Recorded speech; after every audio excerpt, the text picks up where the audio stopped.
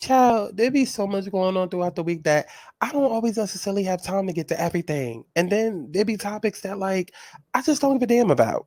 But y'all do. So I decided to do a combination video called What Happened? And of course, let's talk about it. Shawty, come and swing my way.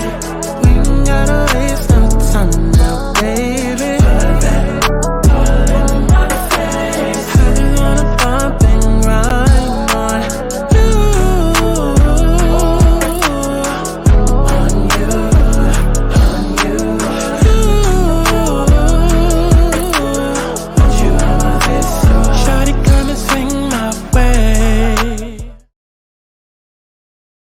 Listen, I know y'all want to get to the tea, and baby, we will. But for those of y'all that's been living under a rock, baby, my name is Santana. I only been on YouTube since like 2016. Started off going viral, telling stories about my crazy life. A couple of years later, I started doing ratchet recipes, went viral on TikTok. Then I opened up a channel, Aligning Souls, where I was, using my spiritual and psychic gifts to help the girls and whip them back into alignment. In other words, baby, she's gifted. And see, now I'm here to share all of those gifts on one channel. So I mean, whether it's a deep dive, a commentary video, cooking, music, reading horoscopes, baby, if I want to upload a video of me picking my nose and breathing for 60 minutes, I'ma do it. My house, my rules. I mean, I just ask that y'all follow me over on Twitter so I can stop talking to myself. And before you go and try to seek help and seek therapy, baby, seek me. Go to my website and book yourself a personal reading if you need one. Now, feel free to sound off in the comments, but be respectful and act like you got that act right. Now, this channel is for critical thinkers. We may not always agree. You may not always even like me. But one thing's for sure, your life will be changed after experiencing me. So subscribe. Now, enough of me rambling, child. I think we made it past the part that was needed to get this video monetized, child. Nah, you think we going. Nah.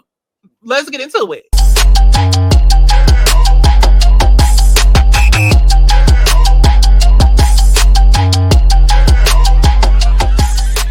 I want people to have fun. Let's kick back. Let's get into a little tea. Let's not get too crazy, but let's enjoy the sip.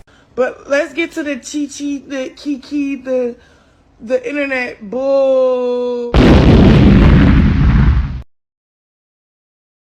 what is going on, y'all? It's Santana, aka Chi-Chi, and we are back for another Let's Talk About It, okay? But this time it's a What Happened, okay? It's a What Happened, okay? Now, for those of y'all, well, a lot of y'all that were not around, child, I ain't even get to this part yet, and I'm already coughing. I'm gonna address that in a second. But to a lot of y'all that wasn't around, a couple of years ago, well, back in like 2017, 2018, I used to do Let's Talk About It, but I used to call it What Happened. And basically straightforward to the point, like I have a lot of quotas, a lot of quotings, a lot of comments, a lot of things that I say, and what happened is just, one of Chi-Chi's frequent sayings, okay? And basically it's just, I mean, it's to the point. It's to the point. You know what I mean? Like you get caught off guard. What happened?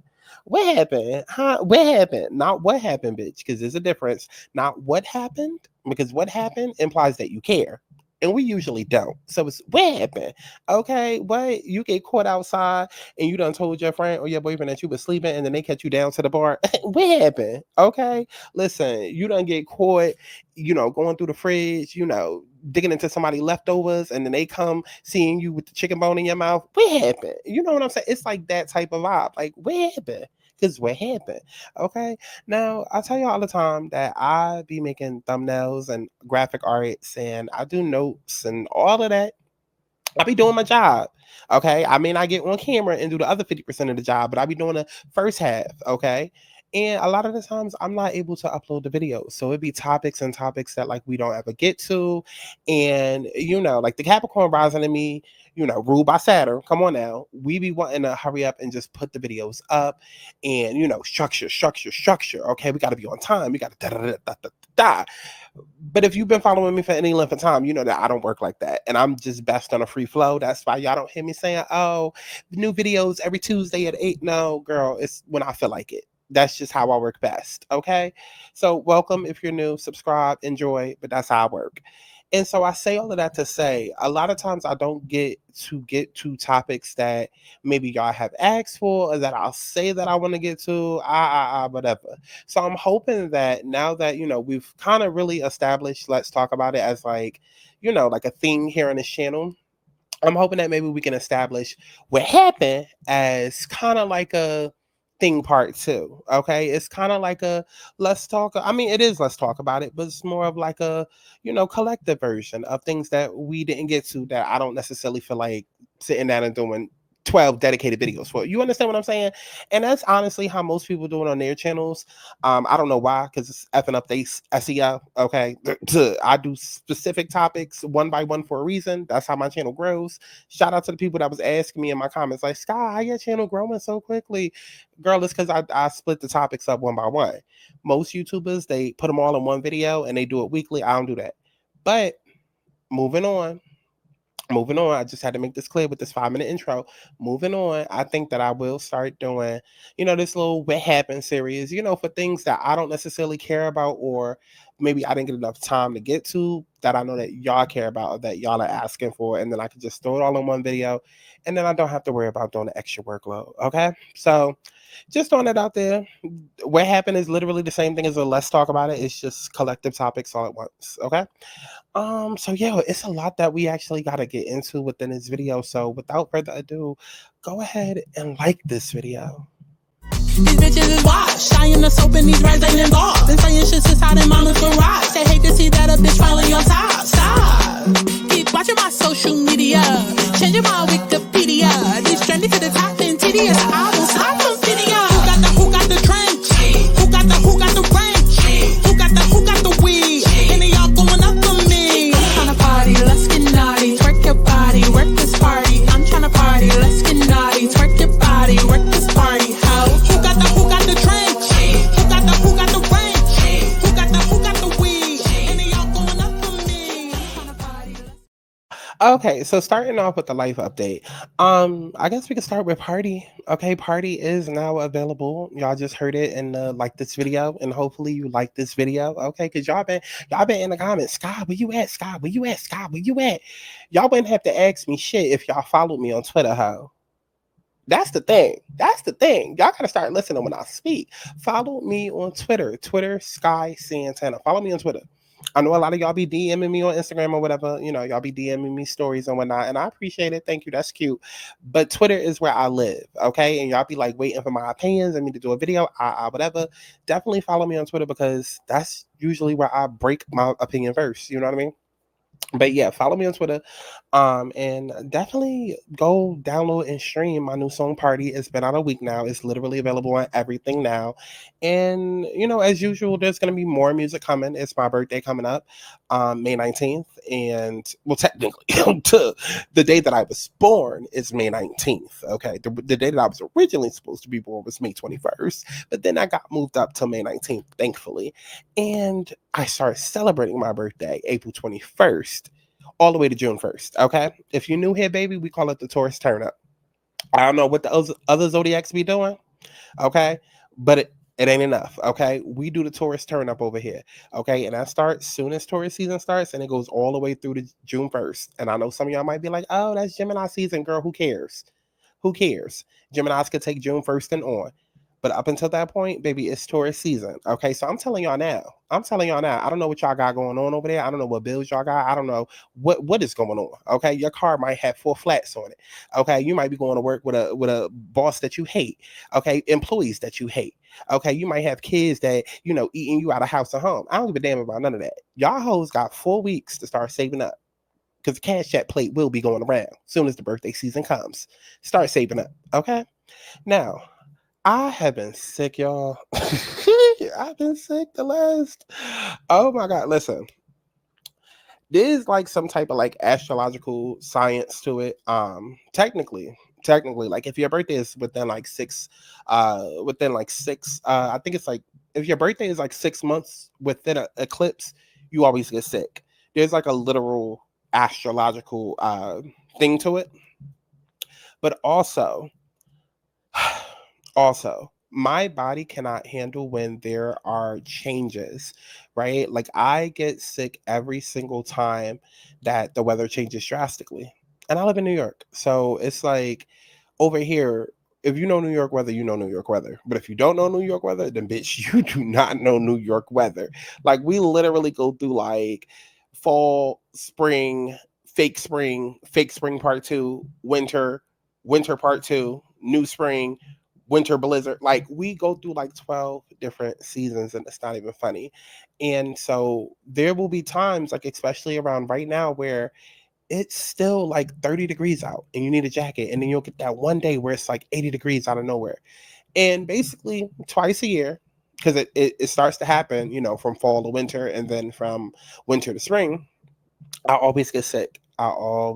So that's pretty much what's been going on. I started getting sick this last Sunday. That's when I was supposed to be coming back to YouTube. Was this last Sunday I had gotten sick. But before that, I was sick maybe like 2 weeks ago. I had like a stomach virus. I think I was still putting up videos. I don't know. Either way, last week was the eclipse, okay? And that's actually going to be the first topic that we're going to get into. Last week was the eclipse, March 25th. And I have been warning y'all about the eclipse that was coming up. Both of them, actually. If you think back to the videos that I was dropping like at the start of March, let me see, do I even still have the intro? I don't know if I chopped up the intro, but it doesn't really matter. Either way, you could go back to the videos that I was posting at the beginning of March or whatever. And I was warning y'all of what was to come. I told y'all during eclipse season, it's always, shit gets wild. And I'm not going to rush through anything that I'm saying on this video, baby. Like, if y'all want to, somebody go ahead and put timestamps down below. Feel free to jump through whatever. But like I said, these videos is just going to be, you know, it's a lot that y'all be asking for. And this is just the easy way to serve everybody. All my videos not about to be like this, but this is the easy way to serve everybody. So definitely feel free to put the timestamps and all of that below, because I am not going to be rushing through what I got to say with each topic. As far as this topic, this is a topic that affects everyone. So it's in my best interest to put this type of content within, you know, this type of video, because I know that y'all watch this shit. And so I was warning y'all that eclipse season was approaching. Mind you, with eclipse season, you start feeling it up to 6 weeks before and then 6 weeks after. Run away from all of those Twitter, trendy, TikTok-y, fake spiritually, fake woke, always chronically healing. Stay away from those people, okay? Because you'll know how well somebody knows their stuff based off of how often they talk about retrogrades and Mercury retrograde more specifically, right? Because that's something that I've noticed. I'm like, why is it that we're literally in eclipse season? Well, yes, also going through a Mercury retrograde that just started. But why is it that only people are only talking about Mercury retrograde? That literally makes no sense to me. I'm like, y'all really aren't astrologers. Y'all really don't know what y'all are doing. And y'all are literally sitting here just, I don't know, profiting off of people's, I don't know. Because I want to say fear, but that's another part that we'll get into when it comes to the solar eclipse. But like, just pay attention to that, right? Like, if you only see somebody bring up astrological transits when it comes to like a Mercury retrograde, they don't know what the fuck they're talking about, okay? Because Mercury retrogrades happen very often, but so do eclipses, right? So do eclipses. And, you know, a lot of the times throughout the year, a lot of the planets are retrograde, and they definitely affect us a certain way, depending on how your natal chart is set up. Retrogrades are a time where there's introspection. And I know a lot of people think, oh, you know, because it's very trendy to say, oh, this is when your phone's going to break. This is when you shouldn't take a trip. This is when your ex is going to come back. Girl, it depends on where you're getting hit in your damn chart. Not everybody is going to have exes popping up. That's not how it works. That's not what Mercury retrograde means. Mercury is the planet of communication, of technology. Not necessarily technology, but it can affect technology, but it's the planet of communication and thought, right? Ruled by Gemini and Virgo. And so, like, if you're a Gemini or Virgo or have those placements heavy, you're always going to be affected by a Mercury retrograde. You might even find that your life gets a lot more positive around those times. That's when blessings come in. But this is more so about the eclipses that I want to speak on, because there's a lot of fear mongering that is going on that I'm seeing on TikTok in regards to the solar eclipse that's happening on April 8th. And again, like I said with Mercury retrograde and these trendy TikTokers and trendy, you know, horoscope people on Twitter, like, pay attention to what people are saying. You'll know if somebody knows what the fuck they're talking about if they only bring up a certain topic like a couple times a year. half of this shit be going on every other day. You understand what I'm saying? So it's like, I tell y'all to pay attention to what people are saying, but also what they're not saying, because it makes a huge difference, because there's constantly a story within a story, and there's like 3 different ways to look at it, right? There's the regular 3D level to look at it, right? Then there's like that fake woke level where it's like, I can't even explain it. I think the best way I think the best way that I can relate it is to like the Illuminati, right? Since we were kids, we always heard about, oh, the Illuminati is this, the Illuminati is that, da da da da da, right? And then you grow up, you know, wondering, is it a myth? Is it true? Da da da da da. At some point, you just stop caring. You just like, listen, I just like Beyonce and Rihanna music, whatever. It is what it is, right? So you have the everyday conversations of it, and the Illuminati is a real thing, but it's way darker than the trendy conversation that's going on. If you can understand what I'm trying to say, it's like there's the conversation of what it is that's dumbed down, that's trendy. There's the actual thought of what it is, and then there's the people that just don't believe. That's how every situation is, constantly. You have the watered down version, you have what it actually is, and then you have people that don't believe.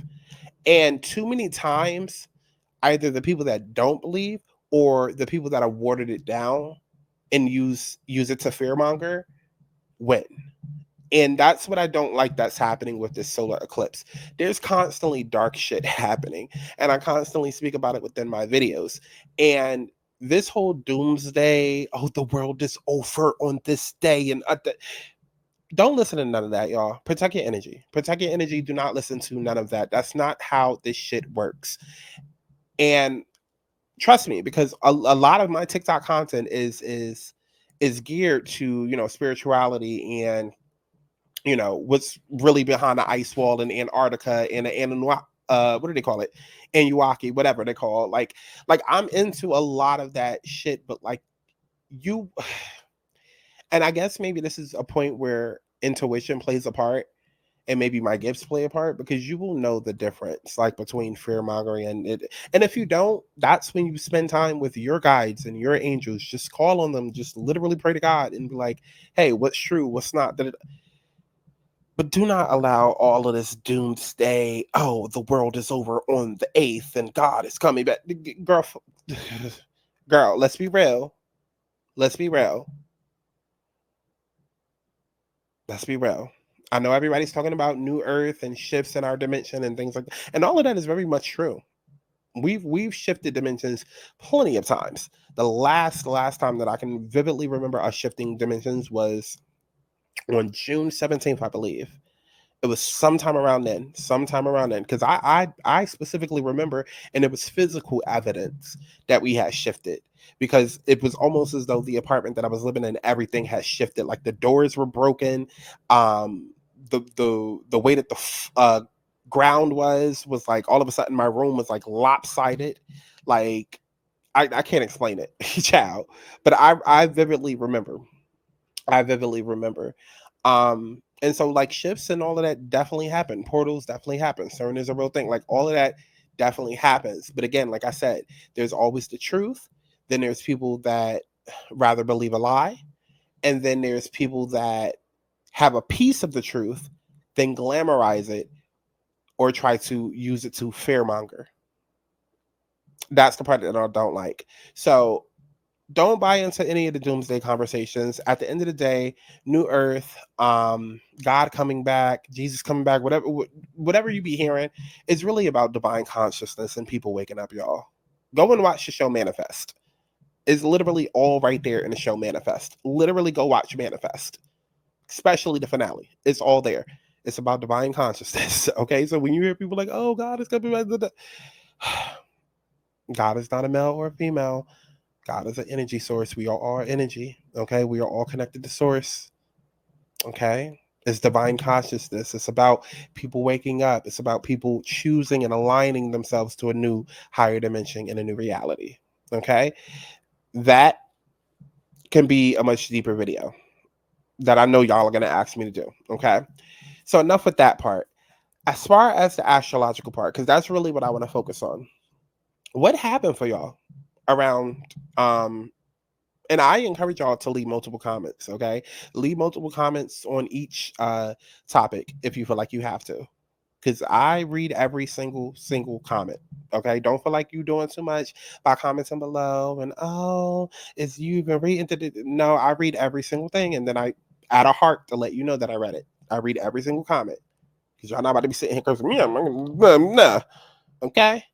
So let me know down in the comment box below what happened this past week or the week before, because technically, like I said, when it comes to eclipses, you can start feeling that energy up to 6 weeks before, 6 weeks after, because eclipses are essentially full moons and new moons on steroids. So a lunar eclipse is a full moon times 10, and a solar eclipse is a new moon times 10.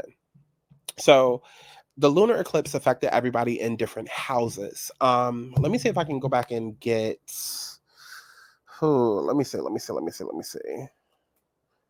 Actually, go like this video while I pull up the houses. Go like this video. The universe is P double T to the Y, and it won't stop till I wake up and realize that I am the 1, 2, 3. I am the bitch that these other niggas need. How you gonna escape when I am the key? That's why everywhere I go, they say following me like damn. Get back on track, look at who I am. Every day is numbered in this lifespan. Look in the mirror, tell myself again. Self-love and happiness is all about a God's plan. I wanna be happy, doing what I please, trying to do what I need, whatever it takes to be free. I wanna be happy, doing what I please, trying to do what I need, whatever it takes to be free. Okay, so and just to, I mean, since we here, since we here, and we're in the thick of it, I'm just gonna repeat the script that I said in my old videos, okay?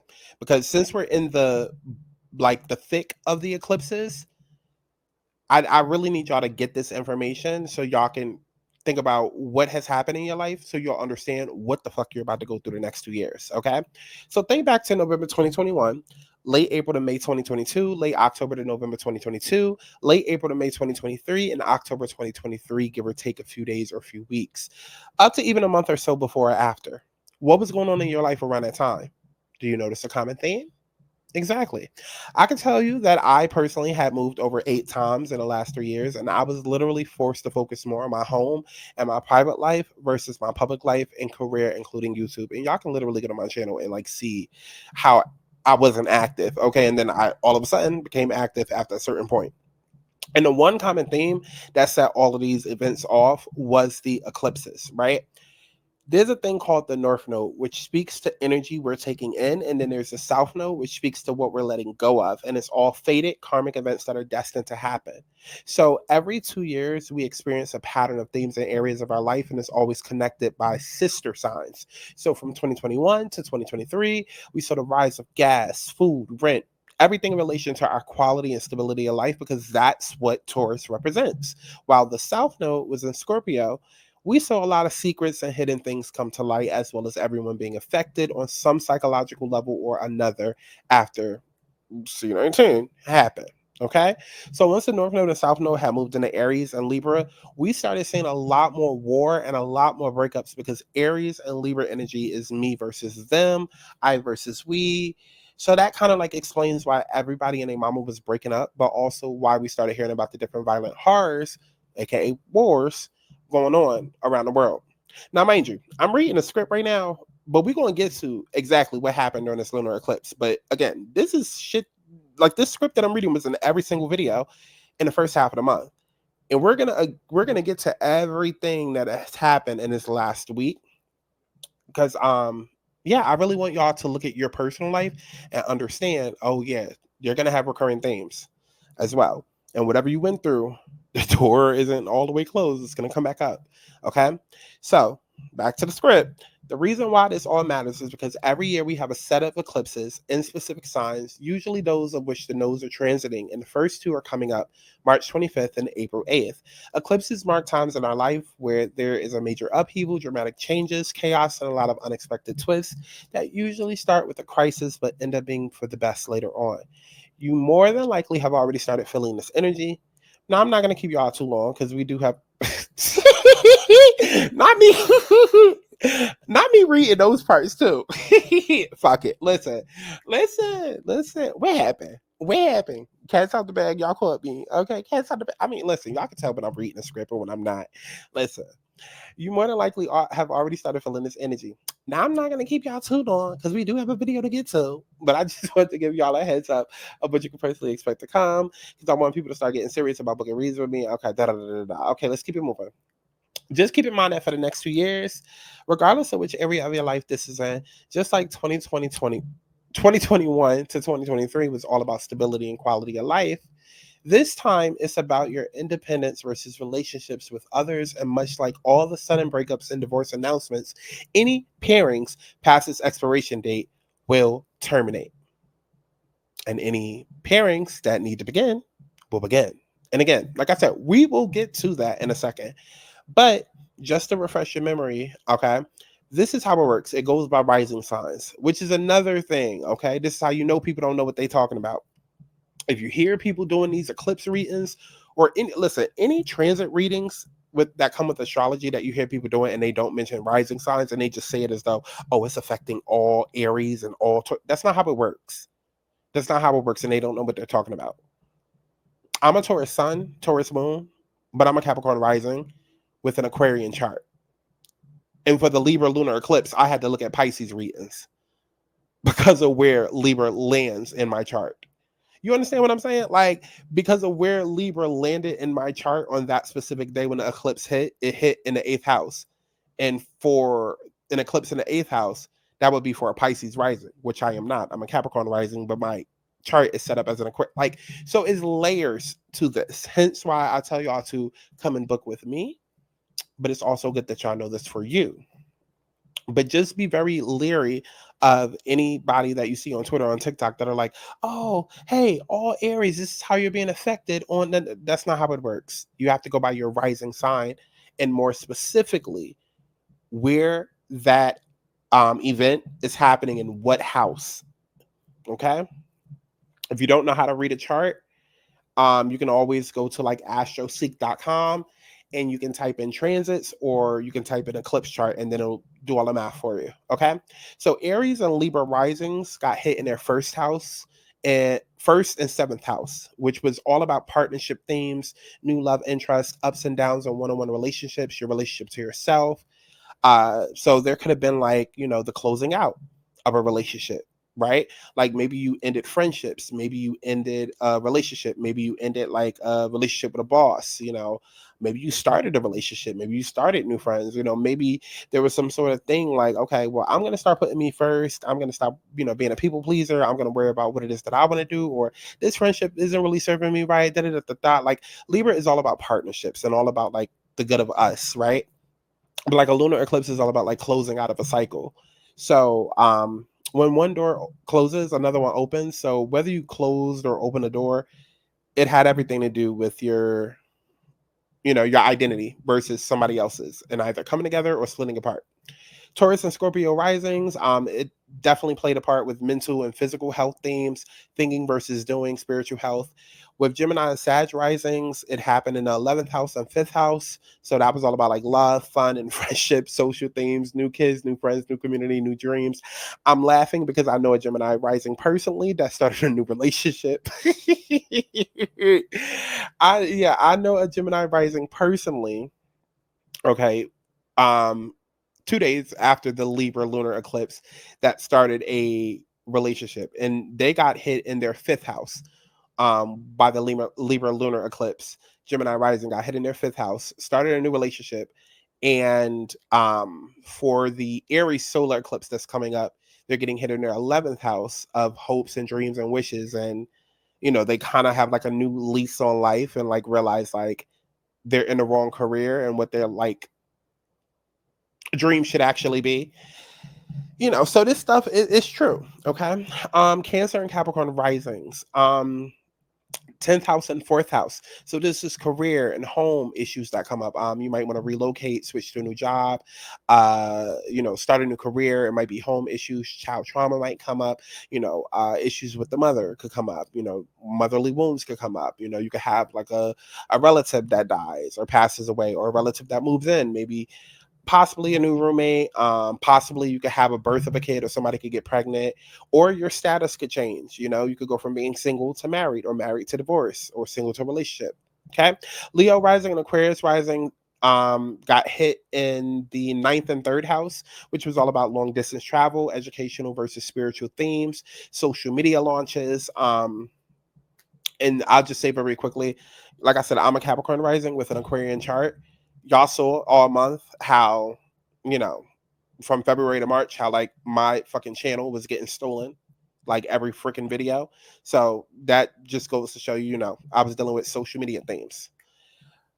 Virgo rising and Pisces rising, all about money, coming in, going, financial freedom, taxes, bills, anything to do with that. Okay. So let me know down in the comment box below, what of those themes came up? Like, even if you don't know what your rising sign is, just literally comment down below what the hell happened over the last week. What happened over the last 2 weeks? Okay, because it will kind of give you an idea of what's to happen this Monday, because that's when the solar eclipse is. So, you know, whatever happened, and you might have the opposite effect, right? So, because Libra and Aries are opposite signs, and you know, a lunar eclipse and a solar eclipse is opposite signs. So if last week was the ending of something, then it might be the beginning of something, you know, this next week coming up. If you started something last week, then it might be something closing, you know. So let me know down in the comment box below what happened for you. I know that for me, like I said, I'm a Capricorn rising with an Aquarius chart, but I got hit in my 8th house. So the eclipse was also conjunct my Jupiter. I thought it was going to be conjunct my Venus, but that's not until the solar eclipse in Aries. And I already have an idea of how that's going to play out. But with the Libra lunar eclipse happening in my 8th house and conjunct my Jupiter, definitely psychological developments happen. Definitely a lot of psychological developments happen. Definitely psychological transformation. I will say sexual transformation, you know, because 8th house is Scorpio energy, and it's ruled by Scorpio, ruled by Pluto. And that's all about psychological and psyche and transformation, life and death and all of that. And yeah, I'll just say I had a lot of life and death transformations, psychological transformations around partnership, which is what Libra rules. Yeah, so it was spot on for me. And also it happened within, you know, the 5 orbs that it needed to. So there was that. And yeah, so like I said, let me know down in the bottom box below, the comment box below. Let me know what the hell happened for you over the last week or two. And also let me know what's going on, what you think is going to happen this next week. Okay. And of course, go to my website, thealigningsouls.com, to book you a personal reading. So that way we can dive much deeper and you have an idea of what's coming up. Okay. Because I know somebody who is a Virgo rising, and they dealt with nothing but car issues the last week, like money going out, car not working, because they got hit in their 2nd house of money, 8th house of debts, and 3rd house of, like, you know, cars and travel and short distance travel. So yeah, and they dealt with nothing but car issues. So trying to help y'all. That's why I just spent 30 minutes talking about this. Go to my website, thealigningsouls.com, to book your personal reading.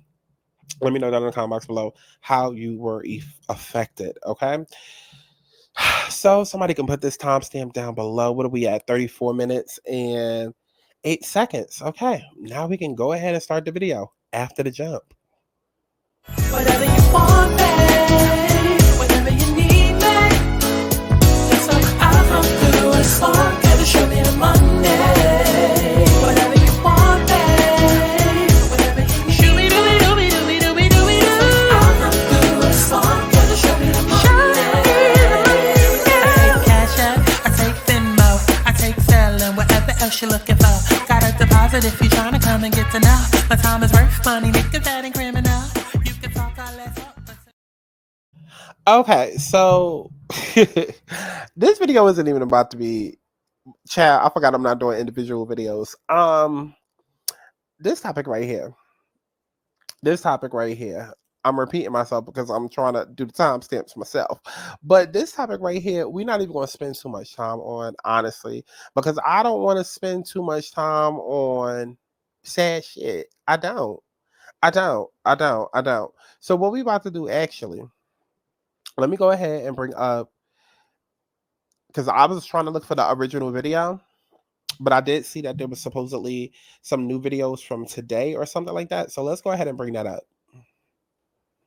So if y'all don't know what this is the bridge that collapsed literally on the day of the eclipse. The day of wait, hold up. See, I knew this was gonna be janky. Let me go ahead and fix that timestamp. I knew this was gonna be janky because we can't even get to the Baltimore Bridge thing yet. We still on the eclipses. Because now we have to get into my tweets. Okay, because there's so much that happened with the eclipses, and the fact that the Baltimore Bridge collapsed that day, that just made me realize it. So let's go ahead and get to that.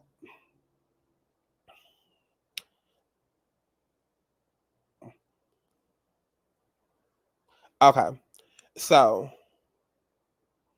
I stopped taking note after some point, but I do know that I had tweeted out on the 24th. I said, get ready for more breakup and couple parent announcements over the next few weeks. I said Kim K and Odell had broke up. Candace had announced that she's leaving Potomac. Robin announced that she was leaving Potomac. SWMV announced their new tour. People were speculating if they had a new season. And I mean, that right there, from those, 4 things, those were things that all happened on the eclipse. All announced on the eclipse. That's 4 things right there. Then you also had the bridge, of course. Then you had Simon Gabadia that came out talking about Portia showing up to his house with a gun. That also happened on the eclipse. If you notice a common theme so far, again, it's been all about like relationships, right? Relationships and pairings, right? Whether people getting together or people separating, whatever.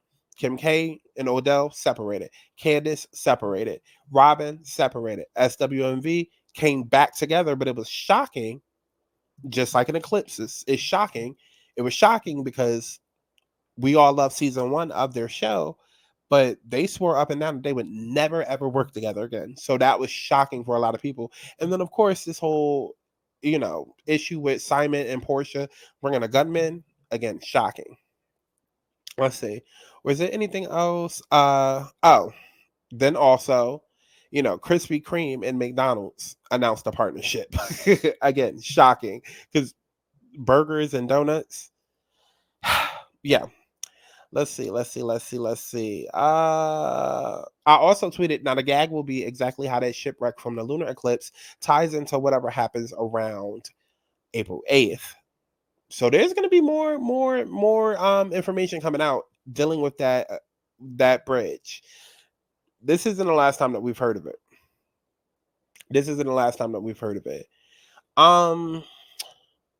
I feel like there's so much more that happened with the eclipses. But I can't necessarily think of it right now. So we're just going to move on to the next topic. Okay, finally. All right. So let's go ahead and get into this Baltimore Bridge collapse. Now, I'm telling you right now, right off the bat, I don't believe it. And I didn't spend too much time talking about Mercury being retrograde in Aries, but what I will say is that I naturally have Aries in my 3rd house. Venus right now is in Aries. So I'm about to go through a Venus return. That's part of why I did not want to get on, aside from the fact that I was sick. Is because I'm liable to just get up here and truly say how I feel and really not give a fuck about how people feel in regards to what I'm saying. Because that's what Mercury being retrograde in Aries is all about. Mercury is about communication. Aries is Spitfire. Think first, act later. I'm sorry, act first, think later. So when you take the planet of communication and then you give it the traits of, I'm going to act now, do what I want, not give a F what people think, I don't care about consequences. Yeah, you're gonna get people that just shoot off the cuff. And a couple of y'all have already commented, on a post that I have posted up saying how people had you effed up or you had to cut people off, or I had told y'all to like watch out for what people say and like trust what they're saying and believe them. And a couple of y'all told me, yeah, I see the energy already. Yeah. When it comes to this whole Baltimore bridge collapse thing, I do believe that it was a setup. I do. I know a lot of people are saying like, oh, the whole leave the world behind situation, right? Because if you don't know, and I guess I could go ahead and bring it up. There was the Leave the World Behind movie that was by Obama, and Here's my quick theory on the Leave the World Behind in this damn boat. The White Line was a slave ship in 1619, and that changed the course of American history forever. And in this movie, it changed the course of the movie. It created the new America, it changed the America forever. So that's what I was thinking. And why the Obamas is telling us this, right? And why was that the black girl in the movie so woke? You feel me? Yeah, I don't know who the heck that is. I clicked on the wrong video. Okay, but Leave the World Behind. Shit. Listen, y'all, I'm still sick. I'm on like the last day of my sickness, but this video keeps on me. If this is the scene where the white lion, the shit, that came towards, and let me go ahead and turn this off before Netflix take my channel. There was a whole boat that came onto the beach and basically almost knocked all them white people down. Okay. And it was, carrying a whole bunch of ship containers and things like that, right? Things of that sort. So, of course, when we get to the whole Baltimore bridge collapse, a lot of people immediately was like, girl, we just saw this in the videos, in a Netflix movie. Now, here's the thing. What did I say earlier? You have the truth, you have the lie, and then you have people that take a bit of the truth and either glamorize it or use it to fearmonger. That's just how every situation works. They say, oh, it's two sides to a story. Oh, it's three. It's really five. It's really five, but only one is accurate, right? Again, you have the lie, then you have the truth, okay? And then you have the truth that is where people take a portion of it and they either glamorize it or they either, use it to fearmonger. And so that's what people were doing. They were like, okay, ooh, a big ship, it crashed, leave the world behind. And a lot of people were basing that off the fact that we have to start being real. And this is something that I will say, like, is actually like truthful. We really got to start being real with what it is that we are being shown. Because a lot of people just are so caught up and set in a programming that they're not questioning anything at all. Anything. And it's like, how much needs to happen before you realize that America doesn't give a fuck about you? Never did, never will. Like, how many truths need to come out about lies that you thought were true? Like, how much needs to happen? You found out that C-19 was a lie. You found out that that people tried to say it originated was actually true. Okay, lies about the jabs, lies about aliens for years. Like, I still don't understand how people are so trusting in 2024 after the biggest lie of our lifetime came out and was revealed to be a lie. Like, since we were kids, we were told that aliens were myths and not real and fan fiction, and then for them to secretly, quietly announce that. Yeah.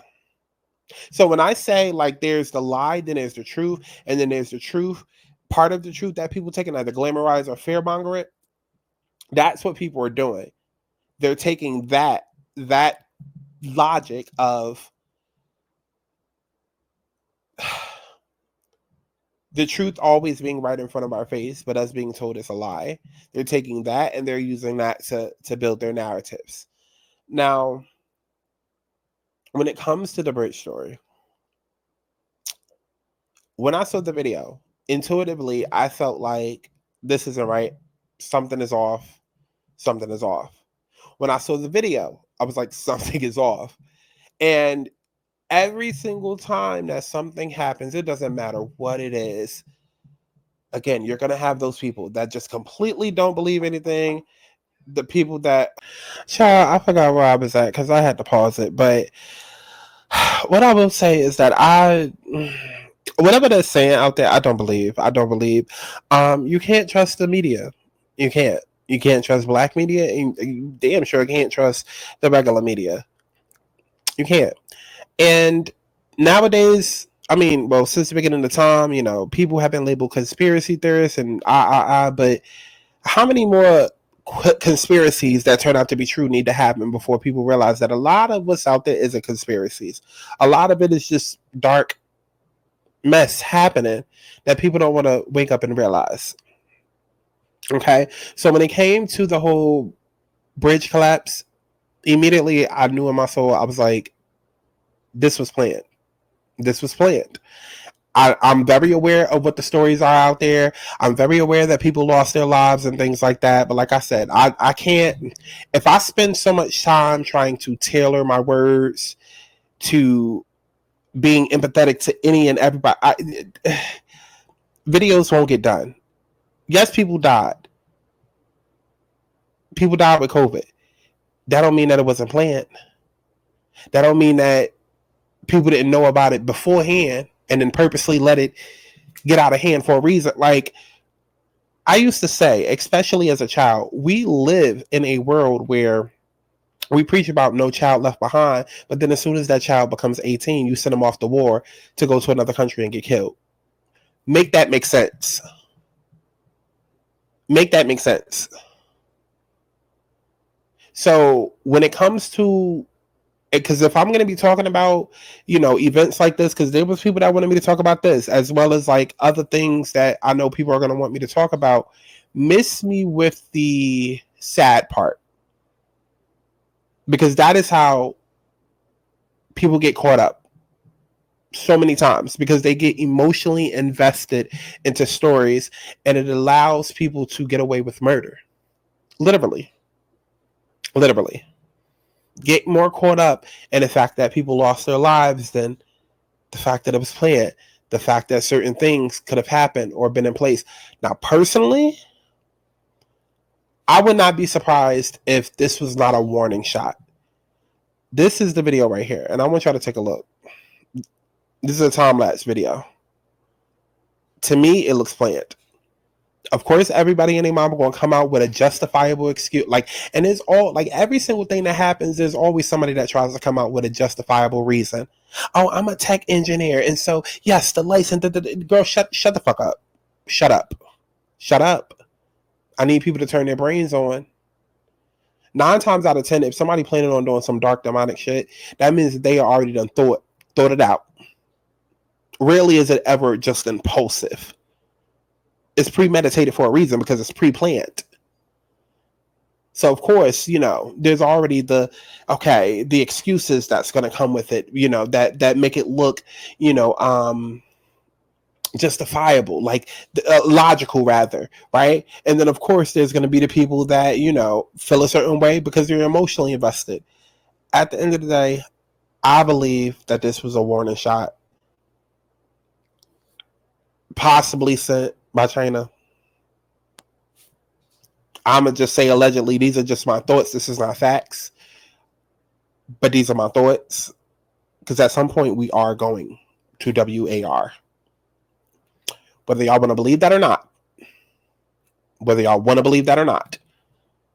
Okay? Soon as Uranus enters Gemini and squares off with Mars, it's going to happen. Okay? And more than likely going to be with CHINA. Okay? But when I think about WARs, I think about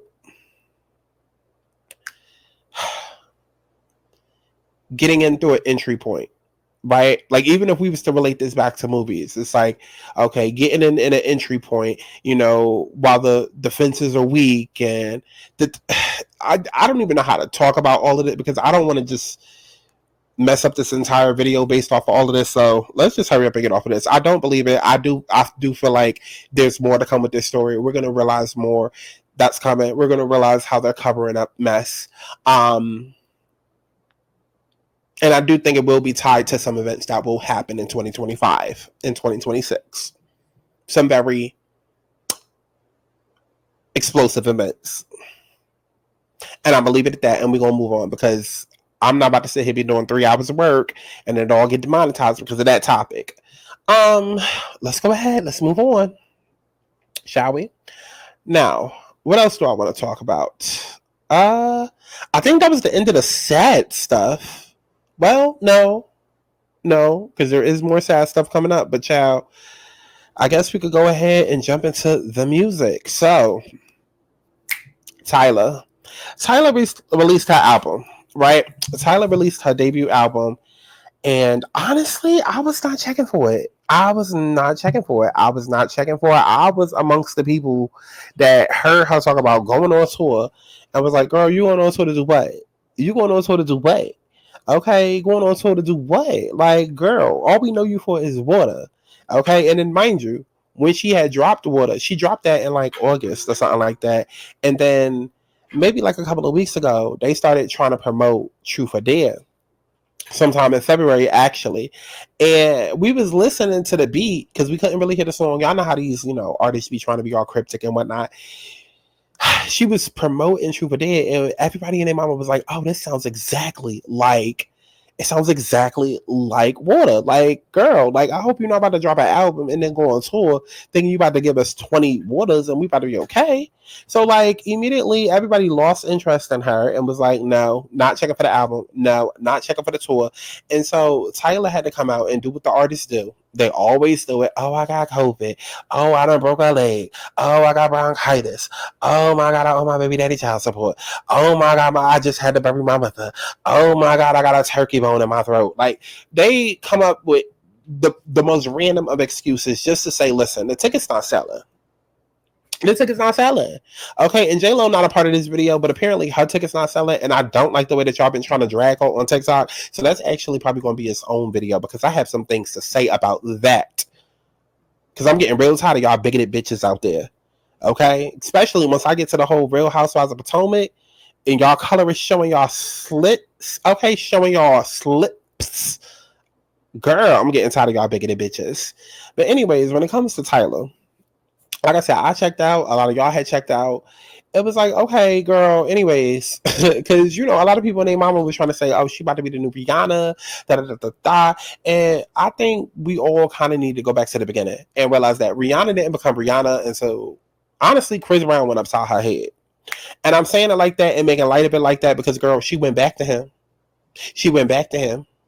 So I don't want nobody getting into my comments talking about something. Oh, how you want to do that? That's a domestic violence. Does she know that? Because she sure as hell went back to the man, wrote a whole entire album called Child, Not Nobody's Business. That's the song that they sang together on, okay? Which was like their 10th collaboration by that point that they sang together on, where she told y'all, I'm back with my man and mind your business. Okay, but she came back with a whole album. What was that? What was it called? Not Auntie. It was the one before Auntie. Not Talk That Talk. It was after that. What was it called? Child, nah, I can't even think about it. Come on now. Am I a Rihanna stan? Come on now. Hold on. Let me go ahead and Google, because this is embarrassing. And Rihanna is my favorite artist of all time. This is embarrassing. What the hell was the album called? Unapologetic. Chad, there we go. Unapologetic. So I know everybody used to like Auntie, Rihanna. I mean, I don't really know what you're used to, because it ain't like Rihanna been Rihanna since 2016 anyways. But, child, y'all really forget that Rihanna did do Music of the Sun. She was Ponder the Replay, okay? She was Unto the Faithful. And so when it comes to Miss Tyla, Tyla does get that. I can see the Rihanna comparisons. Again, yes, Rihanna started becoming, a little bit edgy with Good Girl Gone Bad. But again, it was not until Chris went upside her head, then she decided to channel that into her art with Rated R, and then she fully went over the edge, okay? Like, it's like she went over that. No, I feel like with Good Girl Gone Bad, Rihanna was standing at the edge, but then with Rated R, Chris Brown had kicked her off the edge. Like, he just pushed her off, right? And again, I'm only making fun of it because, well, not making fun of it, but not even making light of it. Child, it is what it is. They got back together, and plus Rihanna put hands on him first. So listen, and we can do a deep dive on that if y'all want to, because I'm tired of that narrative that's out there. She put hands on that man first. And that has nothing to do with being male identified. No, baby. He pulled out the receipts and said, she put hands on me first. He should have never reacted the way that he did. But come on now. I can't feel too bad for two people that ended up getting right back together a couple of years later. Y'all want to be more mad than Rihanna. How that makes sense? Sitting here still getting mad that he's showing up to football games and award shows. And I'm like, huh? And I just saw something. I just saw an interview or something where they still keep in touch and they still good friends. So how does that sound? Jordan and Lucas just came out the other day saying that they still like the best of friends. Right. But this ain't about Rihanna. This ain't even about Chris Brown. This is about Tyla and her album. And honestly, I downloaded it. I don't even know why I downloaded it. I think I downloaded it to be nosy and downloaded it, I guess, with the expectation that I was going to clown her on like a Music Monday or something. And I liked it. I really, really liked it. Now, the only song that I did not hear on the album, yet, okay, is track 1. That's like the only song that I did not hear. And track 1 is the intro. I just skipped it because, like, typically I don't like intros. And plus, it's only 41 seconds. The fuck I'm gonna do with that? Okay, so I just skipped it. Be immediately starting off with Safer. I loved it. Matter of fact, because I be tweeting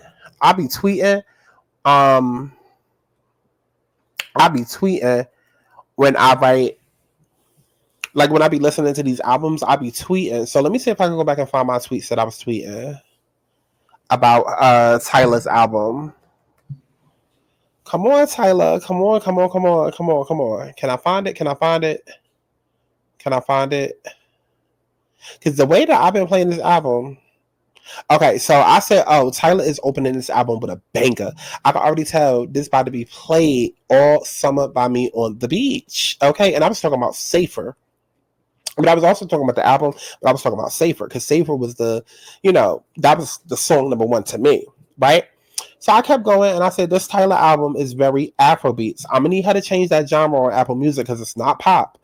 But Afrobeat can get boring after a while, but each song is different so far. Shout out to her writers. So then it gets to Breathe Me, and I'm like, her damn voice. My God, I want to fuck. Her songs will go dumb in an old school basement party type or like a raunchy Latino party. Like, yeah, Breathe Me would definitely do that. Now, Truth or Dare, I like Truth or Dare. Actually, I like Truth or Dare. You know what? I'm not even going to hold you. Water is probably my least favorite song in this album.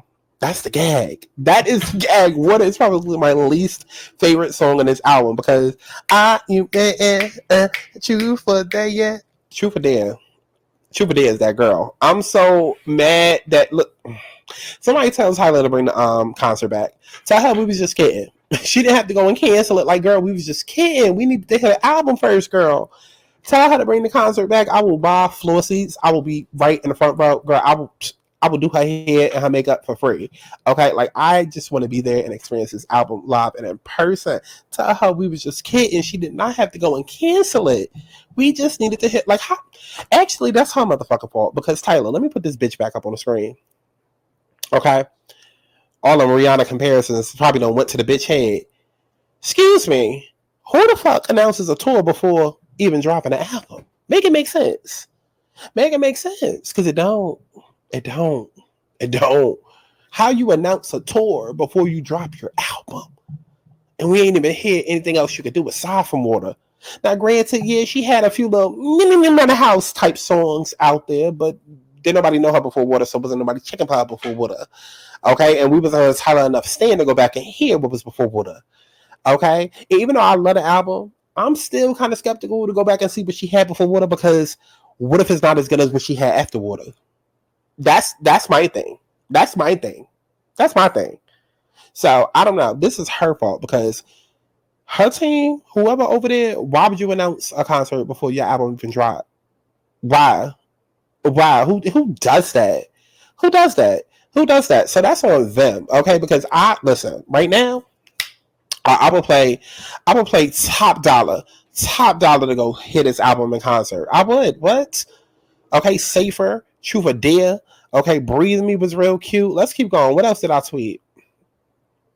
I said Tyla was wise as fuck to split up the songs that sound like water throughout her album, because it's definitely a fire ass album with different sounds, but that was throwing a lot of people off because, you know, I already done said it. Like, a lot of people was like, no, we don't want to hear water 20 different times. So there are songs that kind of put you in the mind frame of water, but they're so different. Like Truth or Dare and Art almost make you feel like it's water, but then the songs are so completely different that it's just, ugh. That's why I said whoever wrote this album, they did the goddamn thing. Whoever wrote this album did the goddamn thing, and then she was wise as hell to split it up throughout the album. Because had it been like water, Truth or Dare, Art, I'm sure we still would have gotten to the songs, but it wouldn't have hit as hard. I don't know. Because there's still amazing songs, but y'all understand what I'm saying. So I kept going, and I said, oh, this is definitely a Lovers two-step type jam. And I'm saying that about On and On. On and On, I can see that playing at cookouts and on WBLS in New York.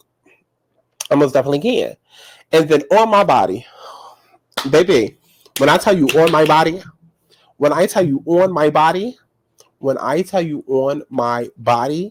is my favorite song, my number one favorite song from the album.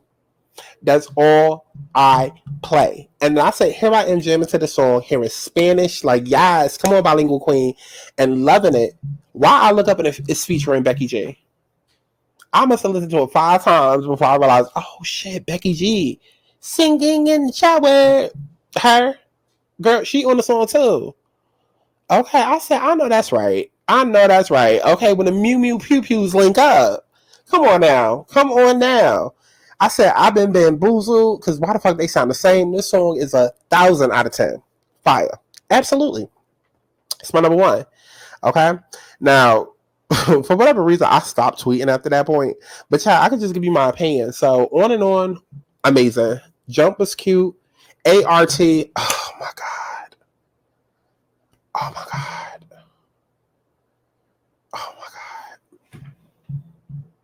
ART, Art, On My Body, Priorities, Truth or Dare, and On.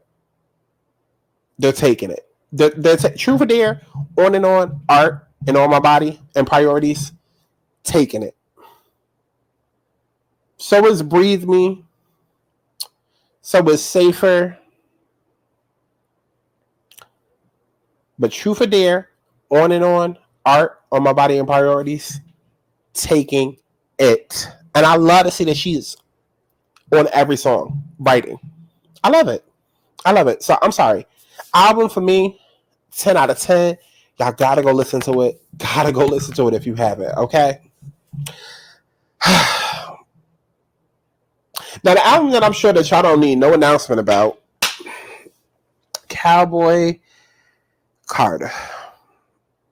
Oh, God, what can I say about this? COWBOY Carter. Y'all go like this video, because I got some very choice words to say, and I might not have a channel after I get my opinion out, so go like this video. Nothing for free. I cuss a lot. Bitch, I'm a queen. Not like the thoughts. If you wanna be together, you gotta send that check down. You wanna be forever, you gotta send that check down. Gotta send a check on me. Gotta send the rest on me. Hey, hey. Gotta move successfully. If you want the best of me. Hey, hey. Gotta send a check on me. Gotta send the rest on me. Hey, hey. Gotta move successfully. If you want the best of me. Hey, hey. I like the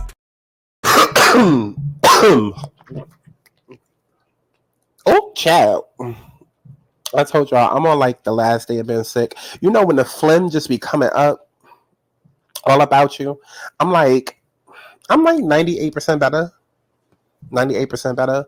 Like I said, I started feeling it on Sunday. By Monday, when I woke up, I was like fully sick. Today is Thursday, and I'm like 98% better. So By tomorrow, I should be fully healed, okay? Because I'm gonna be drinking, and liquor kills, okay? And plus, I'm gonna need the phlegm to move out the way so something else could. Okay, but get out my business. When it comes to this Cowboy Quarter, okay, Cowboy Cartier, girl, and I'm gonna hold my real opinions on the name of Cowboy. We're gonna get to the controversy of all of that after, because I'm very very aware of what people trying to say with Jay. We'll get to that after. As far as the whole rollout with Cowboy Carter, a mess. Let me tell you why.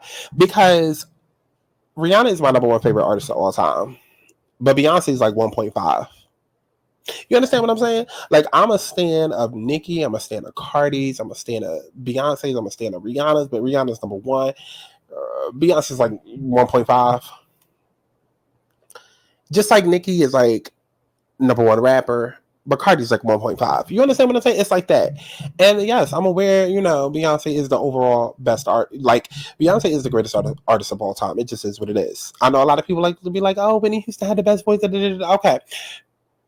But Beyonce's still here, okay, and she's the best overall artist. Lyrics, videos, visuals, music production, vocal production, just overall artistry, period, is unmatched. And if you do not like Beyonce, if you hate Beyonce, that says a lot about you as a person.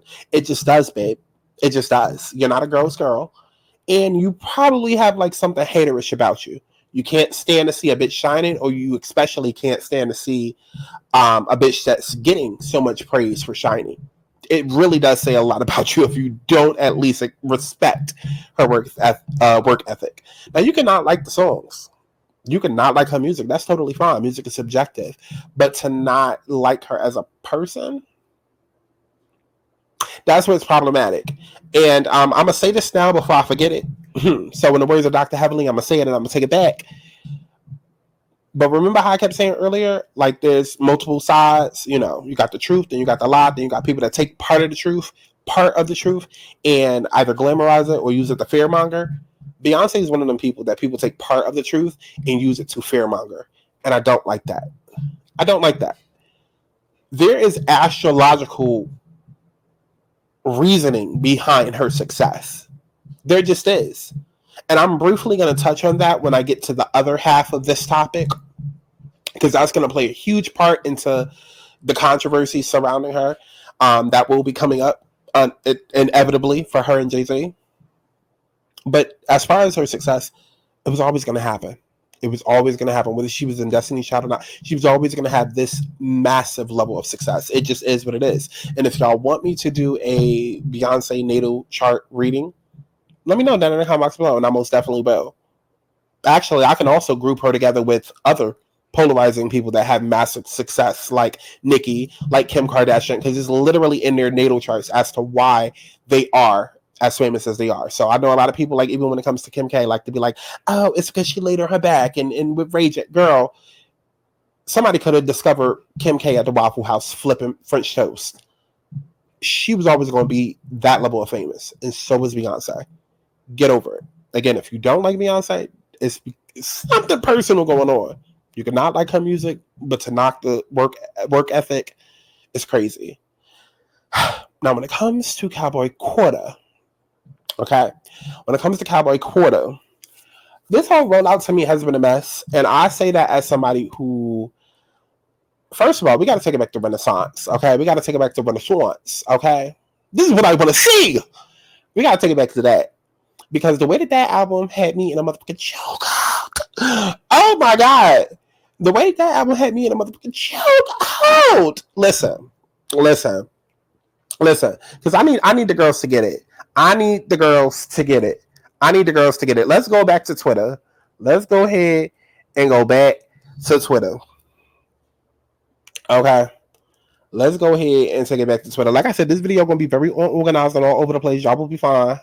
It ain't like y'all doing shit. Okay. So let's go back to Twitter and let's see just some of the tweets that I was tweeting about it. Okay.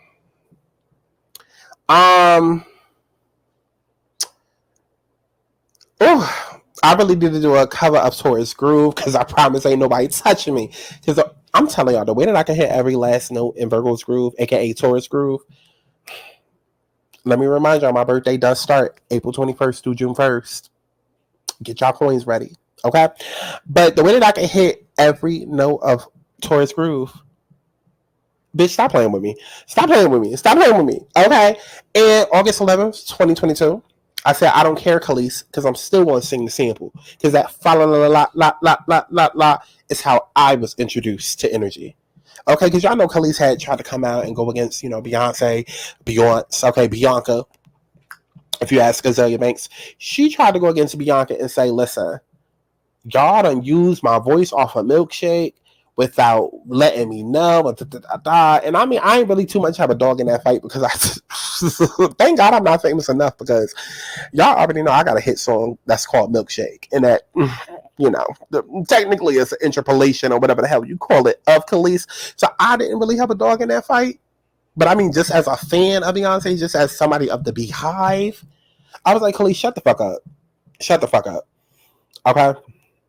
But, we was all sitting back and tweeting. Okay? We was all sitting back and tweeting about Miss Renaissance. Okay? Because we all felt like Bianca had done did that. Bianca had done did that with Renaissance. And I'm not going to hold y'all. During that time, in 2022 when it had dropped, I was doing Uber Eats and Grubhub, dashing through the snow on a one open sleigh, okay, biking through the city and whatnot. And I was basically outside like every day, all day. And when I say that I would listen to this album every day, all day, and it was the only album that I listened to for months. For months. Yeah, honestly, I'm not even gonna hold y'all. I think Tyla is the first out. No, because there's Nicki. See how I was about to lie?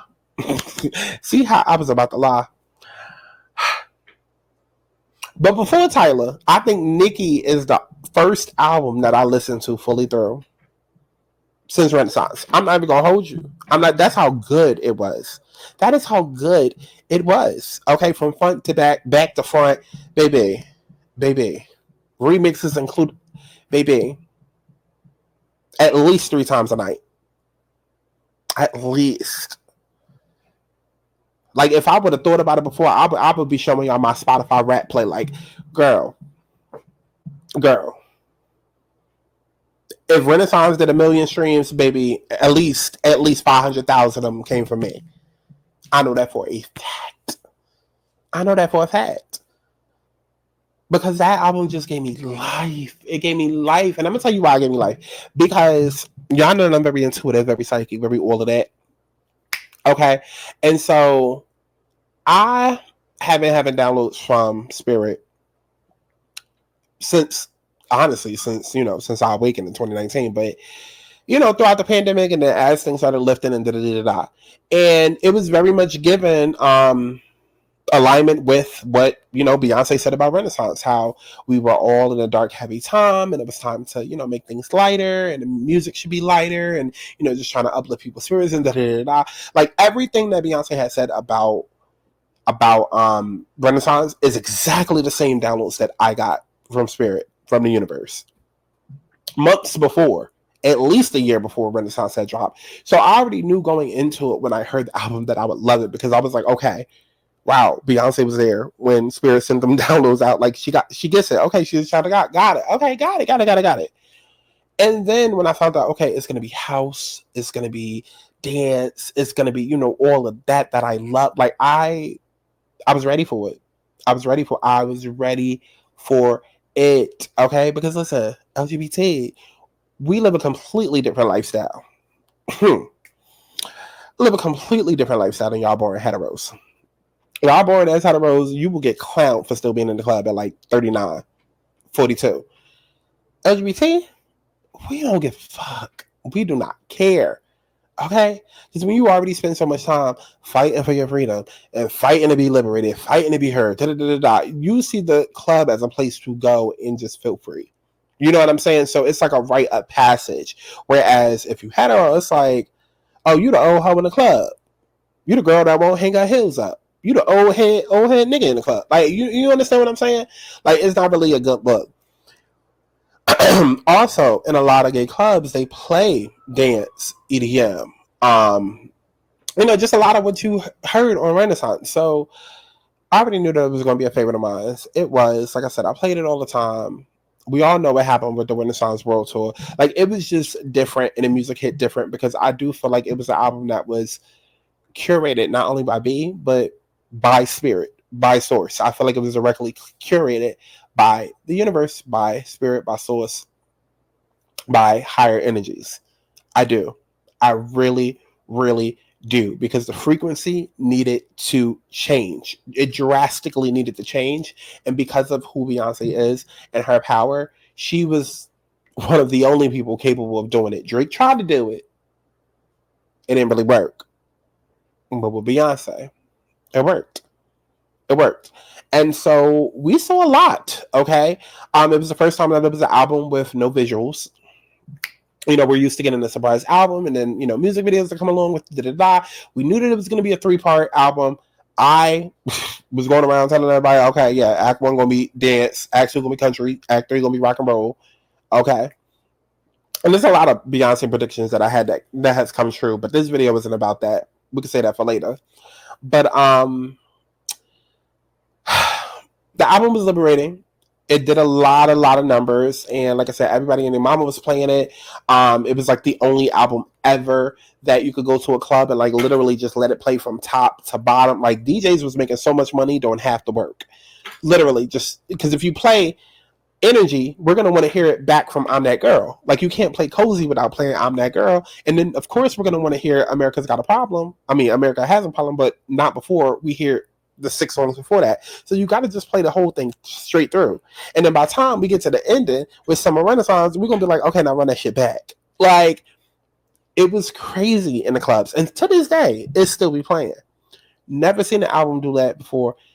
Nobody's album would ever be able to do that, honestly. Honestly. So I say all of that to say Renaissance broke a lot of barriers. It was definitely a cultural movement, a cultural vibe. Even with the concert, everybody dressed in silver, dressed in metallics, coming in their get-ups and whatnot. Like, it was an experience, and we all collectively was like, yo, that horse lady put crack into this album. Now, Cowboy Carter,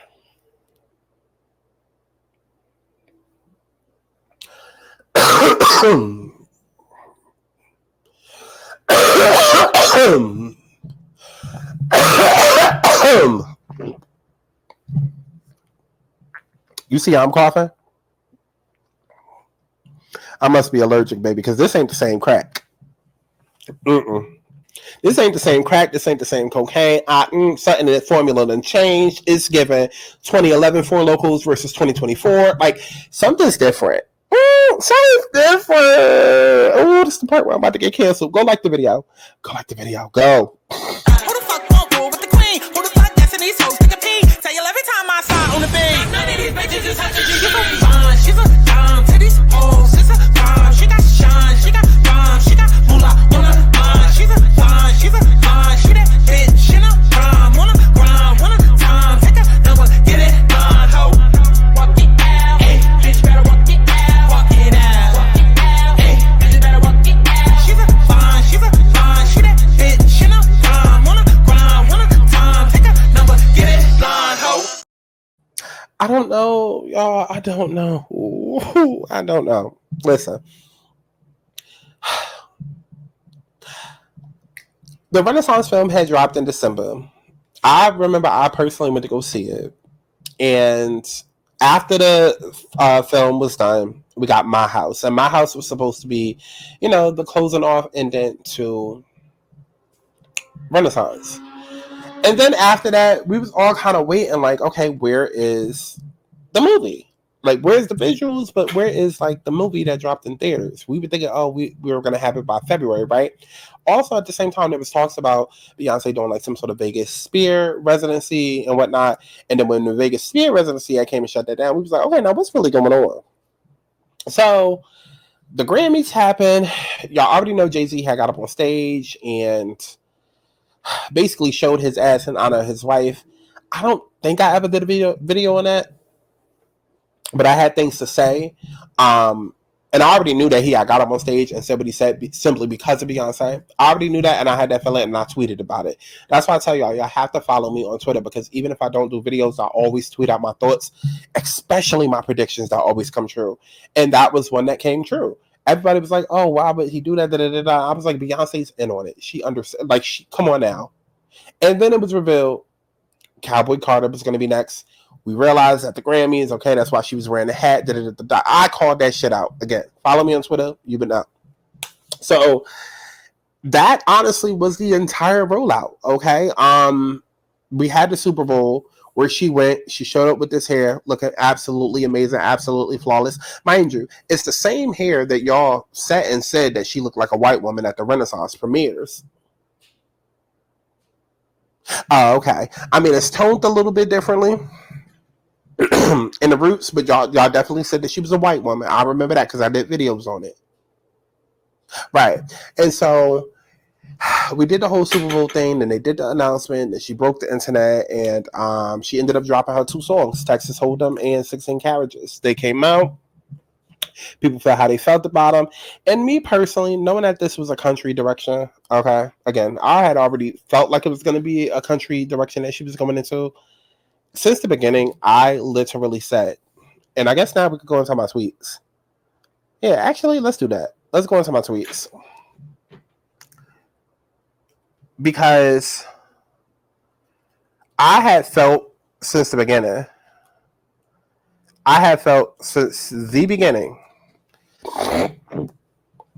that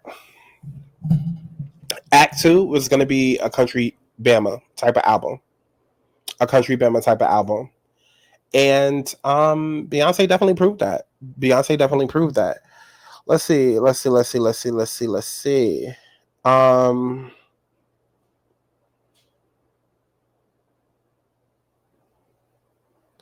Okay.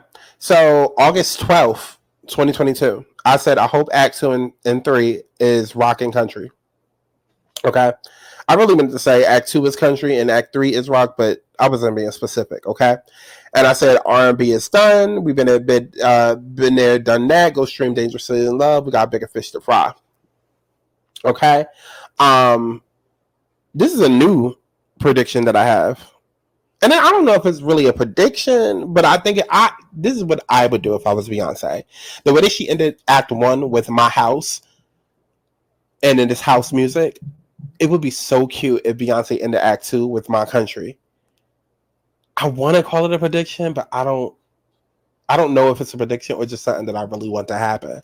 And then she can call Act 3, the song that she uses as like the closeout of Act 3, My Rock.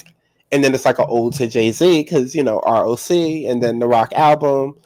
Okay. But yeah, Act 1, Act 2, Act 3. I tweeted this on this February 13th as a reminder. And this is before the COWBOY shit dropped. I said Act 1, Act 2, Act 3. Beyonce told the girls already it was never a secret. Plus, people forget. As you can see, disco ball. As you can see, country. As you can see, rock. Okay.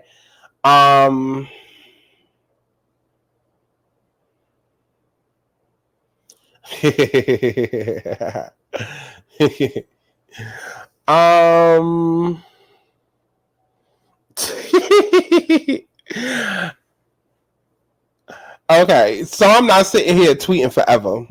I mean, looking for tweets forever. February 5th, I said, I don't think we're getting a typical country album from Beyonce. I mean, yes, she'll have a true to sound country up there, but if she really started writing the 3 projects during 2020, ain't that around the time Lil Nas X came out? Act 2 is giving Old Town Road. And then I said it again. I'm going to say it again. Act 2 isn't a typical Daddy Lessons, Carrie Underwood type country that people are expecting. It's giving Houston Trill, Country Grammar, Lil Nas, Country Road tease with a bit of Carrie Underwood influences thrown in. This image is all I keep picturing. And it was, and it still is. Okay?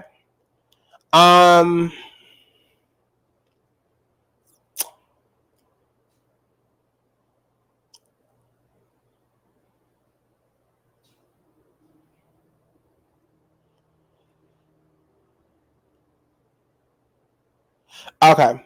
So now we can go ahead and get now we can go ahead and get into the actual track list. Because as y'all know, at some point, after the images of Cowboy Carter had dropped, there was still backlash and all of that. And then, of course, Beyonce had to come out and let people know, oh, this isn't going to be your typical country album. This is going to be a Beyonce album. And then I was like, see, I told y'all hoes. I told you. Okay?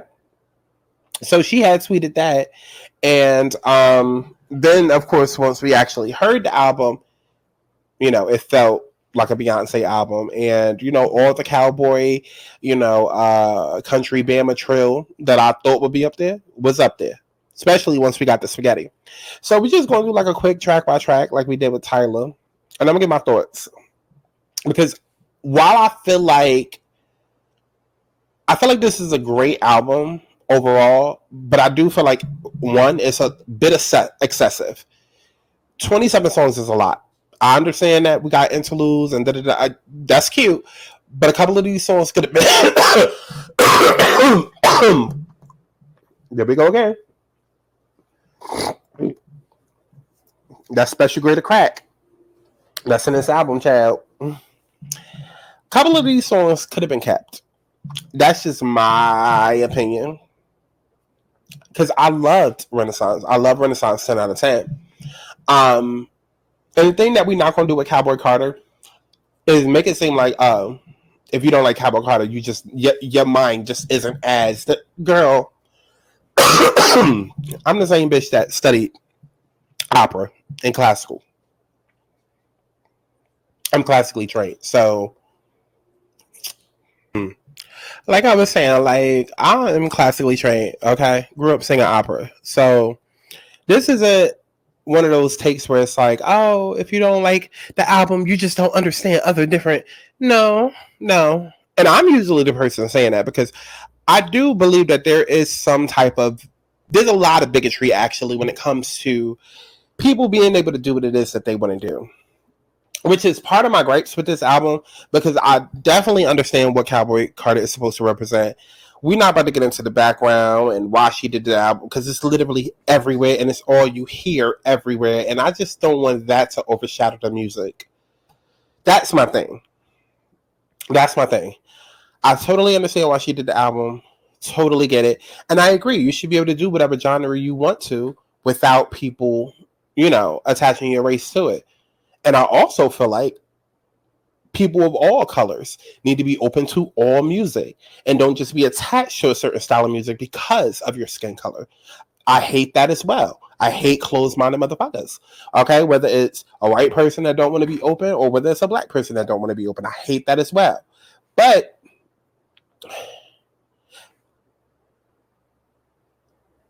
I look at the album and I feel like, wow, this is her best project overall. Best cohesive project overall. Storytelling, 10. Lyrics, 10. Vocal production and harmonies, 1,000. Vocal arrangements, 1,000. Like, this is her best album of all time. It's just not my favorite. From an artistic standpoint, it's her best album that she's ever done. But it's not my favorite. Because I feel like a lot of songs up here are mid. And I feel like a lot of people are being performative. And I don't like that. Because with Renaissance, I feel like it was genuinely crack. Not only was it needed at that time that it was released, and it was nothing like it, but I feel like a lot of fans are trying to duplicate Renaissance success with this album, and for me, it's not translating the same. It's not hitting the same. Now, granted, yes, it's two different standalone albums, but I mean, it's still a part of the same act, and era, so technically, it's one Broadway stage play, one movie, just two different acts, a part of the same movie. I get that it's two different albums, but like, I feel like people are trying to do the whole Renaissance thing with Cowboy Carter, and it's not translating for me. It's just not. It's just not. I understand with Renaissance, we woke up, we couldn't stop listening to it. It was like crack. I don't get crack from Cowboy Carter. I can understand what she was doing artistically. I love it. Love it, love it, love it, love it, love it, love it. But this is not an album that I'm playing 1,000 times a day. It's just not. It's just not. And also because this is more of an overall album where it has layers to it. Whereas, Renaissance wasn't really layers. It was just like, okay, bitch, we on the dance floor. And then maybe for Plastic on the sofa, tourist crew, we go and get our drinks refilled, whatever. But like, we was on the dance floor. You know what I mean? So it was very much like one note. I can understand that. But still, this is not an album for me that I'm playing top to bottom. I'm sorry, I'm not. American Requiem. Beautiful. Probably the most beautifulest intro I've ever heard in my life. Actually, I know that it is. And it outdoes all of her, like any other intro that she's ever done. Blackbird. I heard the leaked sample of Blackbird and just the chorus with the harmonies, where she was like, like, and I just heard the harmonies and I was like, yes, this is easily already in my top 10 of songs of all time. Because that's the type of music that I love. Like Seal, Kiss by a Road. Like, I love harmonies and great vocal production. 16 Carriages. I was not a fan of the single. Still not. Even hearing it with the album, I'm still not a fan of the song. But I love all of the remixes. I love 16 Carriages over Jay Holiday. You understand what I'm saying? Like, I love the TikTok remixes. So it's like, well, I can look at songs 1 through 6 and appreciate them. I don't necessarily have to hear them ever again with this album. Not in the same way that I would with Renaissance. You understand what I'm saying? Like, I like the songs. 1 through 6. Actually, I don't. I'm lying. I just like Blackbird and American Requiem. I'm not even gonna hold you. I'm not gonna say here and lie. I just like American Requiem and Blackbird. I'm not a fan of 16 Carriages. Protector. I mean, I get it. Rumi's on it. Okay. I understand that My Rose is about. Okay. But like, that's what I'm saying. Like, I feel like people are like, I want people to understand. Like, you can have somebody that's singing amazingly, amazing storytelling, amazing lyrics, amazing message. Doesn't mean that the song is good. A lot of the first half of this album just felt mid. It felt mid. I got it. I get it. I understand what it's about. I understand the lyrics. I understand, the artist growth. I understand the vocal complexities. I get all of it. And yet, still and true, I can still not be moved by it. And that's how I felt listening to the first half of this album. I was just like, I almost wanted to turn the shit off. I almost did. I almost wanted to turn the shit off. Had it not been for the fact that, okay, this is Beyonce. Okay, and we go respect the queen. Had it not been for the fact that this is Beyonce, I would have turned the shit off because I was falling asleep. Mind you, I listened to the leak. Okay, and I listened off of, my speakerphone.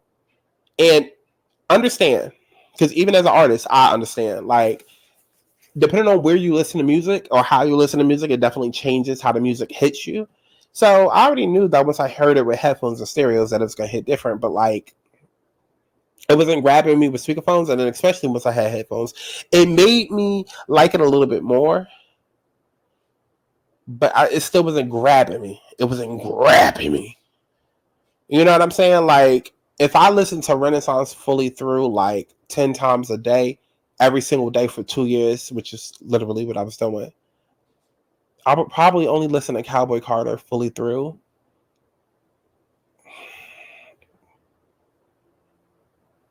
I'm not even going to hold you, maybe once a year. It's just not an album that I'm just rushed to and be like, I gotta hear that from beginning to end. No, it's not giving that. And so when I look around, I don't expect everybody and their mama to have my opinion. I don't expect everybody and their mama to have my opinion. But I also don't expect everybody and their mama. Like, come on, like I can. Y'all know I'm intuitive. Like y'all know I call shit out all the time, and I can tell when somebody is putting on. And it just felt like a lot of what I was saying. I was just like, okay, it's given performative. It's given a lot of y'all fans are trying to recreate and duplicate the same success that Renaissance had with this. And actually, let me change that. Let me not say success because this is going to be successful no matter what. Okay, when she throws concert, bitch, I'm going. If she has a Cowboy Carter feel, which I do think there needs to be like a, I don't know if it's a Cowboy Carter hip opera type Carmen hip opera film coming or like a Broadway stage play. But when I listen to Cowboy Carter, I immediately get Broadway play. I just keep getting Broadway play motion picture. So I feel like she's about to do something with that. And yes, that is a prediction. Okay. So let me stop saying success. Let me say effect. That's the word that I'm going for. Because it's going to be successful no matter what. It's just going to be like, and it's projected to sell over 500,000, which I'm so excited for. I'm like, yes. 500,000 yes, Beyonce, yes. Finally, okay, finally somebody else is doing Taylor Swift numbers. That's also another reason to be happy. But yes, Beyonce deserves. But in terms of the trying to recreate that same effect that Renaissance had, I'm calling it out. It's performative. It's not giving that. It's just not giving that. It's just not giving that. And yes, you could try to argue all day and pick and choose my words. Oh, it's a different album. Oh, da, da, da, da. Come on now. We know what listening to albums was like before. And yes, when you listen to a Beyonce album, it's a different experience. But like, let's keep it all the way a buck. Even though Beyonce is better than all of these artists out here, there wasn't a Beyonce listening experience until Renaissance. Hence why I keep saying I feel like people are trying to do, like, I feel like Renaissance has set a new standard for Beyonce. And so every album, even if it's not a part of these, Act 2 or Act 3, let's say she dropped 10 more albums, I feel like people are constantly going to try and match Renaissance with that. And it's just like, no, it's not giving that. It's not giving that. Like, Cowboy Carter, honestly and truly, it's giving Lemonade to me. It's giving how I felt with Lemonade. When I did Lemonade, because I had reviewed all the videos and whatnot, and then Parkwood had came and tried to take my channel down. Okay, they made me delete all 12 videos. Okay, if the album came out at 12:01, child, I had my reviews up by 3 a.m., 3 hours later. Okay, and they came and took all 12 videos. I said, girl, I had a strike after strike after strike, child. Fuck around with Beyonce. I don't know. Because even with Lemonade, I see a lot of people try and be performative and act like that's our best album. And it's not. It's not. Like, the numbers is not showing that y'all feel like this is the best album. It does not get streamed how everything else gets streamed. Like, because I see that all the time, how people try to add Lemonade to their top, and no. And mind you, Beyonce doesn't have a bad album, nor does she make bad music. That's not the question here. Like, all of the music is great. It's just like, her mid is, some of these bitches best. And it's just like, for her scent, And Cowboy Carter just, It just, So we're going to go through. Like I said, American Requiem, Blackbird, loved. Texas Hold'em, really loved. Really, really loved. Really, really loved. Let me keep going.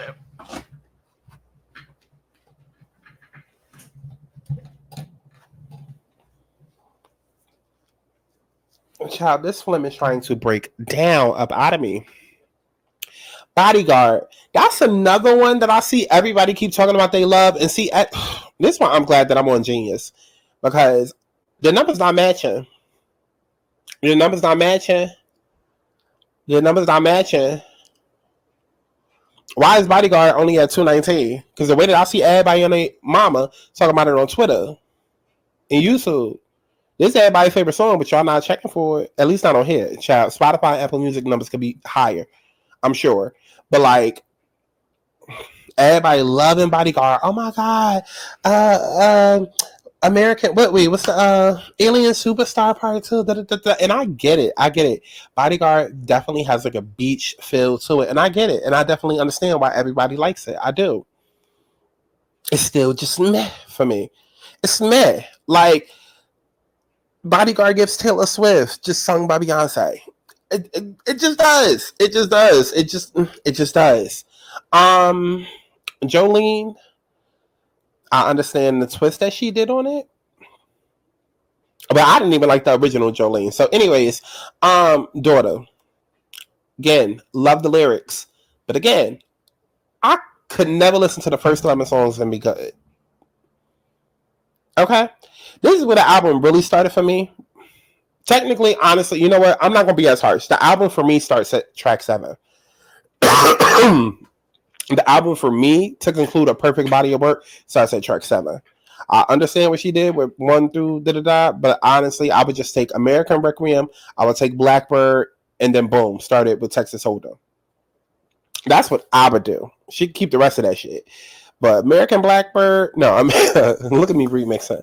American Requiem and Blackbird, boom, 1, 2, and then start at Texas Hold'em. There we go. That's the complete album for me. And then 10 out of 10. Okay, let's keep going.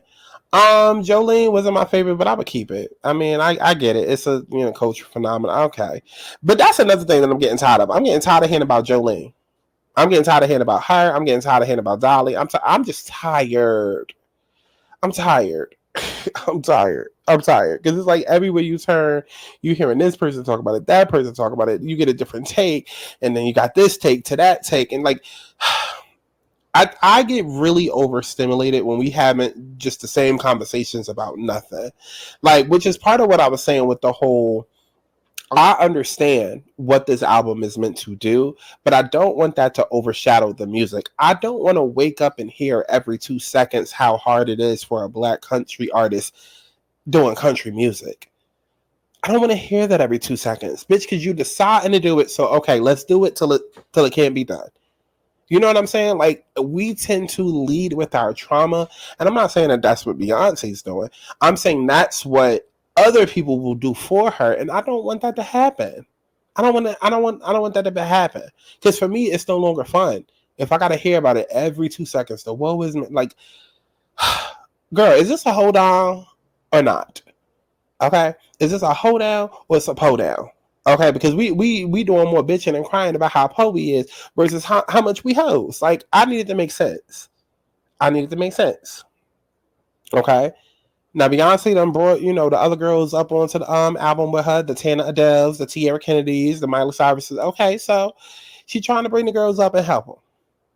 Let's leave it at that. And let's party. Okay. Now speaking of partying, then we get to Spaghetti. And this is my first time where I'm hearing her like rap. And I was like, oh shit. Okay. Like on some Kendrick Lamar type shit. Loved it. Alligator Tears, cute. But honestly and truly, I'm not gonna hold y'all. The rest of this, like I said, from Texas Hold'em and on, to me, that's the album. But I ain't really go back and repeat none of these like that.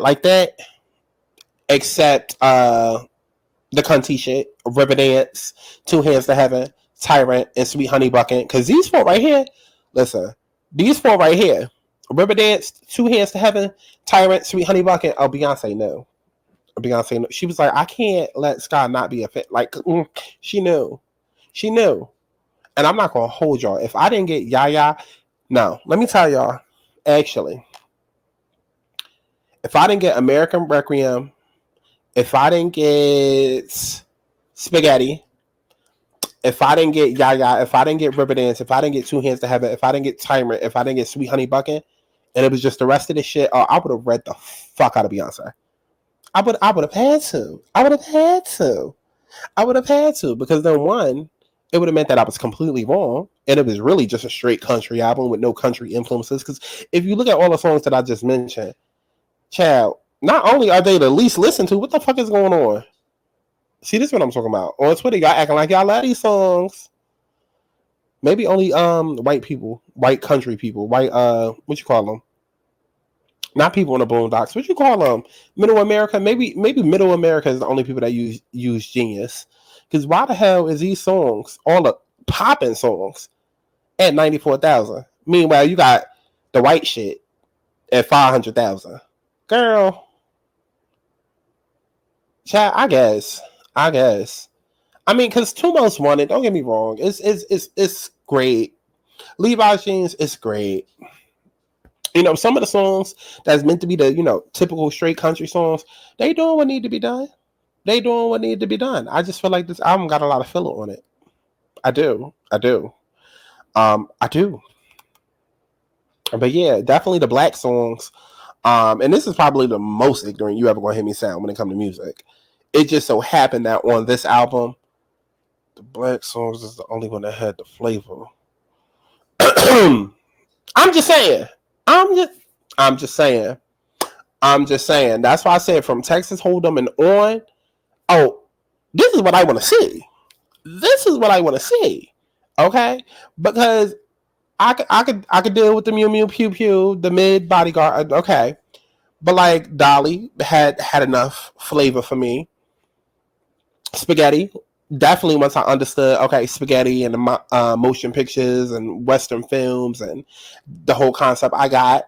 Alligator Tears, Just for Fun, Two Most Wanted, Levi's Jeans. Like, that's the type of country I wanted to hear. But the other shit, okay. So yeah, that's my review of the album, child. River Dance, yes. Two Hands to Heaven, yes. And then the R&B, yes. Tyrant, yes. And with Dolly Parton on it, I said not Dolly getting nasty, not Dolly getting naughty.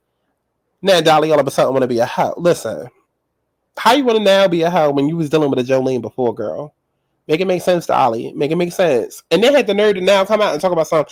Dolly was supposed to be her ass with her wig. I said, come on now, Dolly. You done did a whole song about this bitch that was apparently about to be your ass with your wig. How that make sense?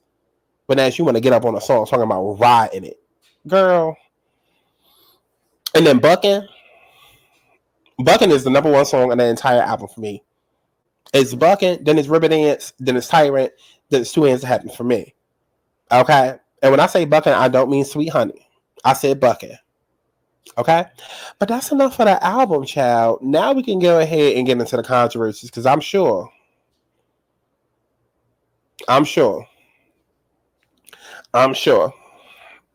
Y'all have heard everybody and mama.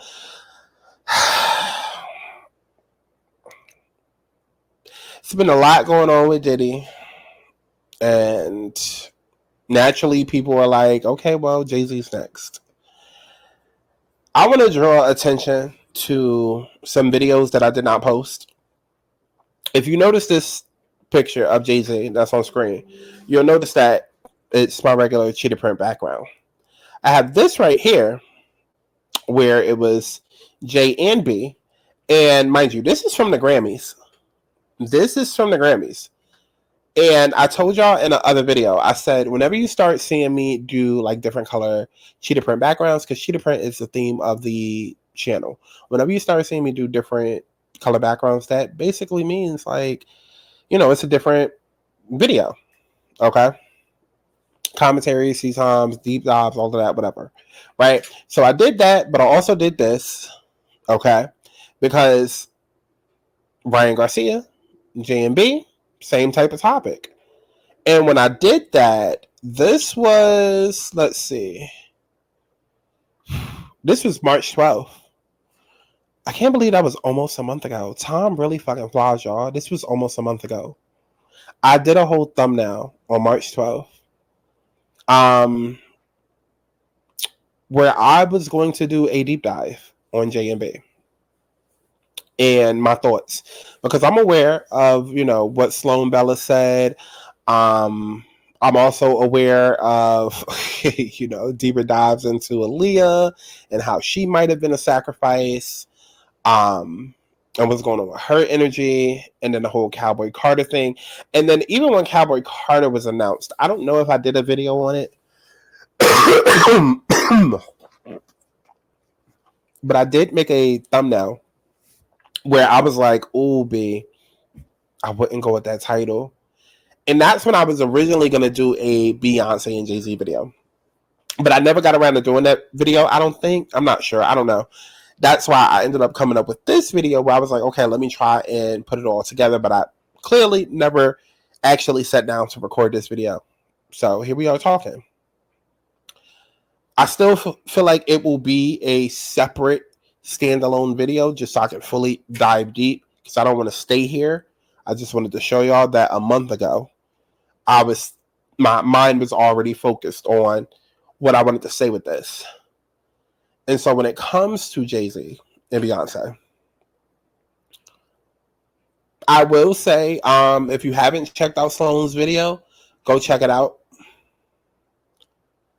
I will also say too, see, I'm a little removed from the energy and the information. Chad, I ain't been tapped in weeks. But what I will say is that astrology supports these two leaving the industry. Okay? I spent the first half, well, not first half, but the first 30, 40 minutes talking about eclipses. And once we're done with Libra and Aries eclipses, because right now the North Node is in Aries. Once that's done, the North Node is going to go into Pisces, which means that the South Node is going to be in the opposite sign of Pisces, which is Virgo. And obviously, Beyonce is a Virgo. Jay-Z is a rising Virgo, right? Then we have, after that, it's going to be, what is it? So if it's Aries, Pisces, then I believe it's Aquarius. And then, it's going to be North Node is going to go into Aquarius. And then the South Node will be in Leo. And Beyonce's North Node is in Leo, right? Which, remember how I told you earlier, like, there's, like, astrological reasoning behind her being so famous? Well, her Leo energy has a lot to do with it. I know we look at her and we see, Virgo, because we know that she's a Virgo, but a lot of what we actually see when we look at Beyonce is Leo energy because she has a lot of Leo energy in her chart, and her North Node is in Leo, which also Kim Kardashian, her North Node is in Leo. Both of them have degrees of 28, which symbolizes, you basically becoming a household name, like a Kim K, like a Beyonce, and also being a wealthy billionaire. So, like, it's a lot of things within their natal charts that supports them being as famous as they are. But relating what I'm saying now back to what I was saying earlier about the eclipses is that it happens eclipses happen 3 to 4 times every year, but it happens in a set of signs every 2 years. So while we're going through Libra and Aries, we're going to be going through that to the end of 2025. Then it's going to be in Virgo and Pisces. And then after that, it's going to be in Aquarius and Leo. And J and B are going to be affected basically for the next 4 years, starting into 2025. Because again, Beyonce is a Virgo sun. Jay-Z is a Virgo rising. So they're going to be hit with those eclipses hard. I think, correct me if I'm wrong, I think her sun is in her 5th house. I'm not really sure. But either way, they're going to be majorly impacted by that, right? And even the eclipses after that, they're going to be majorly impacted. Like I said, I will do a whole deep dive video because right now I'm just going off of memory, and I want to be able to do a dedicated video where we actually sit down and go through the chart, and I physically have it on screen so y'all can actually follow along and see what I'm talking about. But I'm saying all of that to say this. Their lives are going to change drastically. Because a lot of what I was seeing, and also too, let me kind of explain to you a bit of how my gifts work. My strongest gift is clear. Oh, child, not a brain fart. Not a brain fart, child. Let me just go ahead and look it up. Let me look up everything so I don't sound stupid, child. I just had a brain fart. But yeah, let me just go ahead and look up the types of clears so we all get it. Okay, since I'm having a fucking brain fart right now. Okay, so you have the clairvoyance, right? Which is a clear sense of vision. It's basically psychic sight. It's what you Think of when you think of like Raven Baxter, right? Then you have clairgustance, which is a clear sense of taste, being able to orally detect psychic information, right? Then you have clear silence. Now I've never heard of that, but that's the sense of smell. Now I know smell, but I thought it was called something else. Hold on, what they giving me on this motherfucking website? Okay, child, clear silence. I could have sworn it was called something else, child. But yeah, basically, it's all the senses. All the senses can be clears. Then you have clairaudience, which is like your ability to hear psychic information, where spirit can like talk to you, or you can hear like entities and whatnot.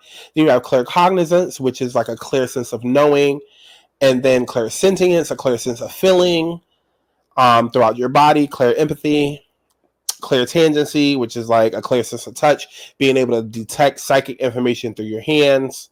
Now, me personally, I have all of these gifts, okay? I have all of them. Some are stronger than others. My strongest, definitely clairempathy. Definitely, yeah, clairempathy, and I would say number one, clairsentience and clairgustance. I'm sorry, not clairsentience and clear recognizance. Okay, clear recognize. No, let me go to a different, because I feel like this bitch just made this shit up for her blog. Because I could have sworn this shit was called something else. Or maybe I just had it fucked up this whole time. Because this sounds like some cute little word that they done made up for their blog.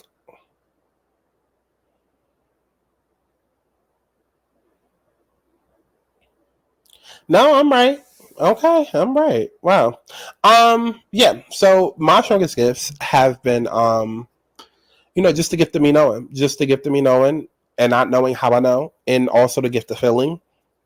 As well as empathy, of course, but like just a strong knowing. And it's gotten incredibly strong since Pluto has entered into Aquarius. Mind you, I have Aquarius in my first chart, so I also have Neptune and Uranus and Saturn in my first chart, so it's like no wonder, but like it's really, really gotten stronger since Pluto has been in Aquarius. And I've learned to just accept it. And I've noticed that when I try to fight it, because, I still am a human, so I still, even though I'm gifted, I still have that logical side of me, especially as a Capricorn rising. So sometimes I might be like, is it really? No. When I feel something, I've noticed that every time I feel something, and instead of me fighting, and I'm just like, no, this is what it is, because I feel it, I'm always spot on. Always. And so I just want to make that clear. Like I said, when I do this video, we're going to dive deeper, and I'm going to have everything on screen from gifts and plus their natal charts and So I don't want to spend too much time on this, being that it's going to be its own dedicated video. But what I will say is that there are multiple different types of gifts when it comes to being psychic or being intuitive, right? You do have people that have visions, like Raymond. It's not necessarily done in like a TV way. It can happen in your dreams. A lot of Pisces moons get that. It could just be, it could happen during the day, like whatever. Then you also have like, the Sylvia Brown type psychics that connect, who are like more so like a medium. That's a level that I'm not comfortable with. I do have that ability if I would like to train to get there. But that's not something I'm necessarily comfortable with doing in my life. What the universe has for me years from now, I don't know. But that's not something I'm comfortable with doing right now. And I don't necessarily see a need for me to do that right now. So I don't tap into that at all. But that's typically what people think about when they think about psychics. They think about, oh, call me now, Raven Baxter. That's so Raven. Or they think of like Sylvia Brown, whatever. But you do have multiple different forms of healers and intuitives out there, right? And so, like I said, just for me, just so y'all understand, for me, when I speak, I don't really say something unless I know that it's like fact, or like I don't necessarily try to put something out there unless like I like 100% feel it. So I can listen to people and be like, okay, that's true. That's not true. You know what I'm saying? Like for Sloan, for instance, I can watch her videos and I can be like, okay, this is true. This is not true. This is spot on. This is actually what happened. Da da da da. And what I will say is that after I watched Sloan's video, it aligned with everything that I was already feeling in terms of J and B. And I've also seen some things on TikTok that align with what I was feeling. And then, of course, when you tie the whole astrological part of it, because, you know, intuition and, you know, your gifts, that's separate from astrology. Like, it's all divination tools, but it's separate. When you tie in astrology, it's like, oh, the astrology is just like the map, the calendar, more so, of like when shit is going to happen. And so, yeah, 25, into 2025 through 2030 is going to be huge for the Carters. And I don't see Beyonce leaving him. I don't.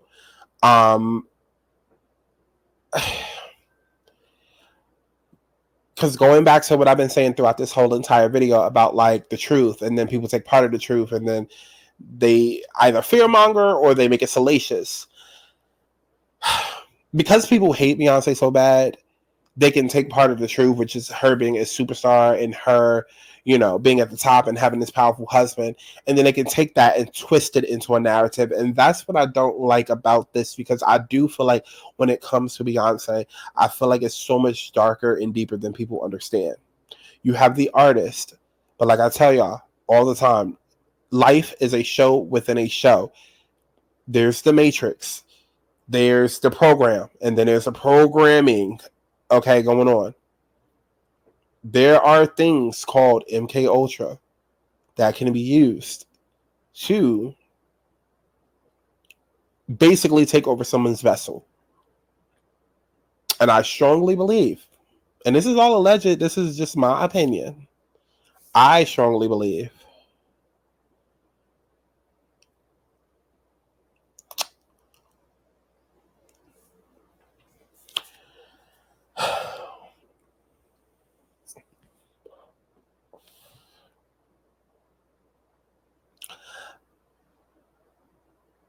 if I was to look at it like a little child, I believe that Beyonce is allowed to come out and play when it comes time to make the money, make the music, and perform the music. And that's it. I feel like everything else is under severe control. Like I said, this is not a let's talk about it. This is an actual deep dive video where we get into some things and have deeper conversations outside of gossip. Because, you know, if you just here for the gossip, you might look and think like, oh, so what, she just under a power control? Oh, it's just a nigga that think he own her because he make just as much money. No, it's not the regular 3D shit that we talk about. It's much deeper than that and much darker.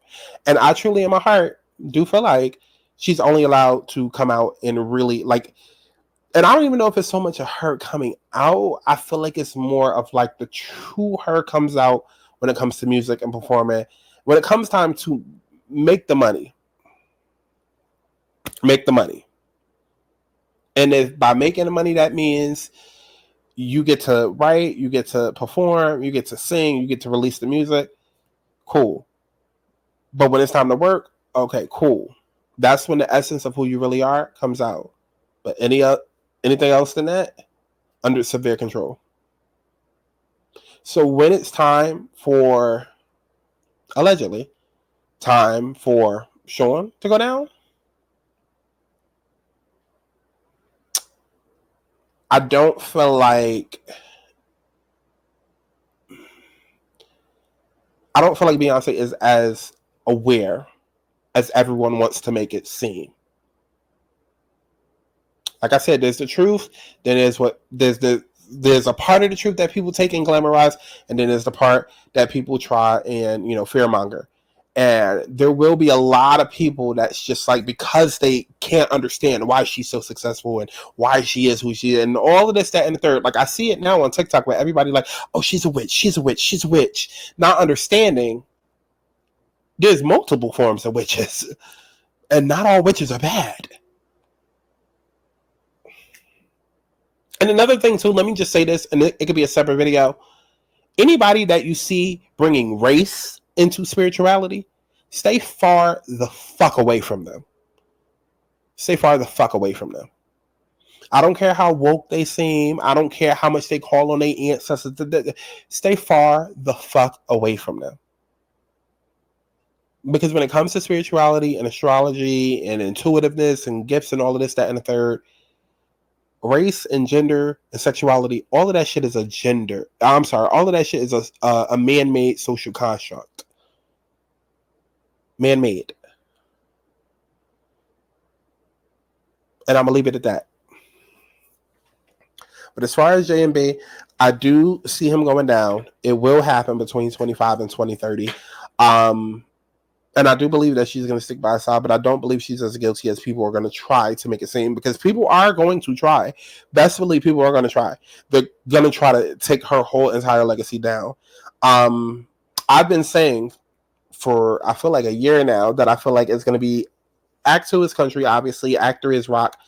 And I feel like we might get one more farewell album as a DC5, where all 5 of the girls R&B album, or like a little EP or something. We might. I've been saying that for the last year. But yeah, I just don't know how that would, like, that's also too, I feel like she's about to rush these next 2 albums, because J and B are very, very spiritual, very, very connected, and psychic as well. I will say that Jay-Z is very, very psychic as well.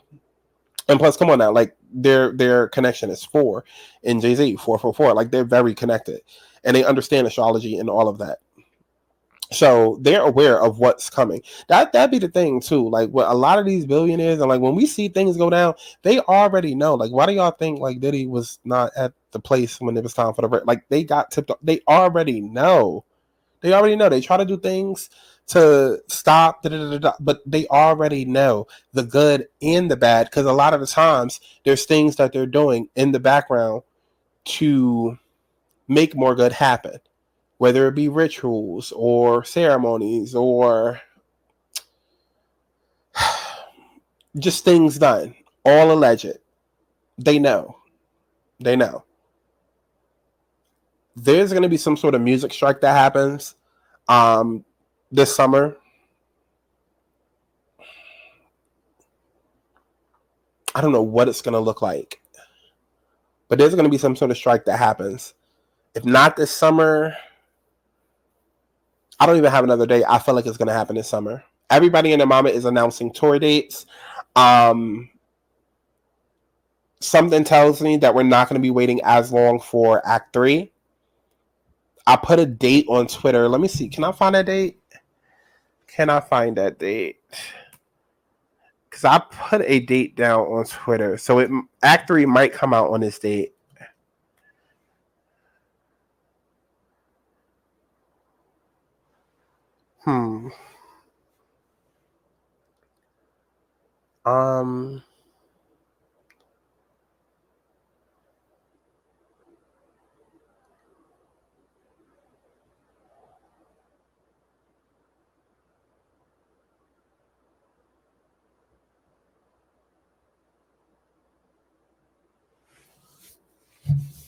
Yeah, I might have to say that for a different video, because I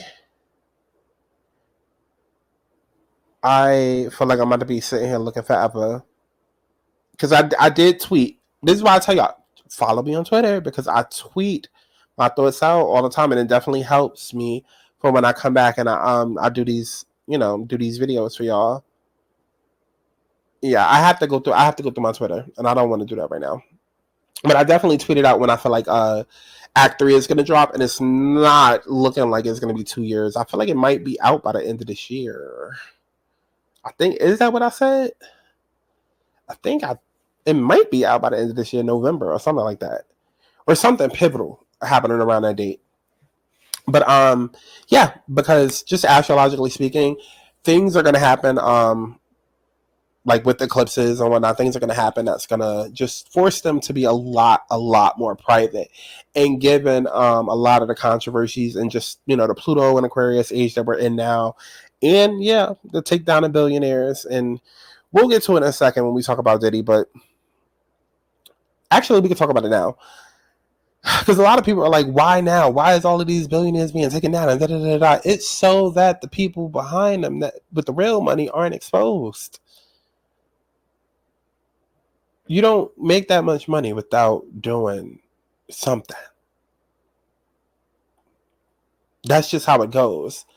And so we're going to take these celebrities that are essentially the puppets and the actors and the stage of Hollywood, and they're going to go down, so that we don't get dragged down with it. Because see, y'all don't find it funny that like with Diddy, like a lot of people are coming out and trying to say, oh, he didn't do it. Oh, the raid, this success. And yeah, because they know that once we start cracking down, that they going to be the next domino to fall. That they shit ain't as clean. And I'm just talking about the people that's actually in front of us, right? That's freaking out and worried. So imagine all the higher ups with way more money and power and access that actually rule the world, that actually put these people that we call our faves and our actors and our singers and athletes. And I'm talking about the people that put these people in power. They not trying to get exposed.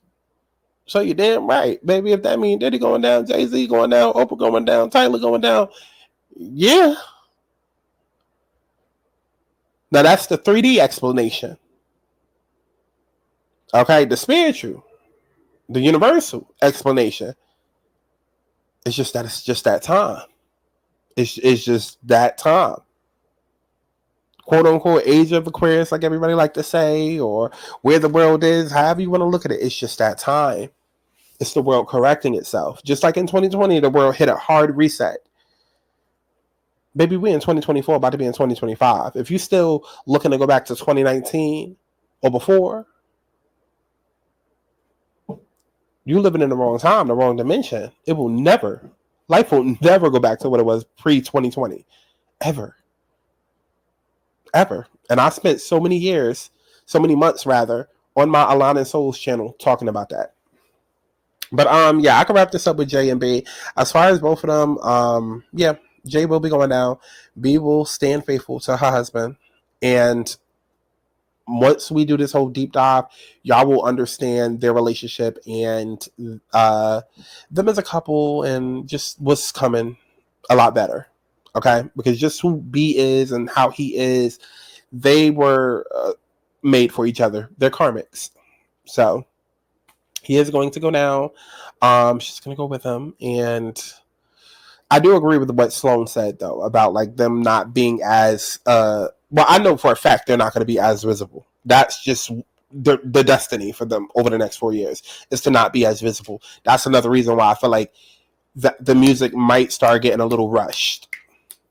And people are already starting to clock that with the Cowboy Carter rollout. Yeah.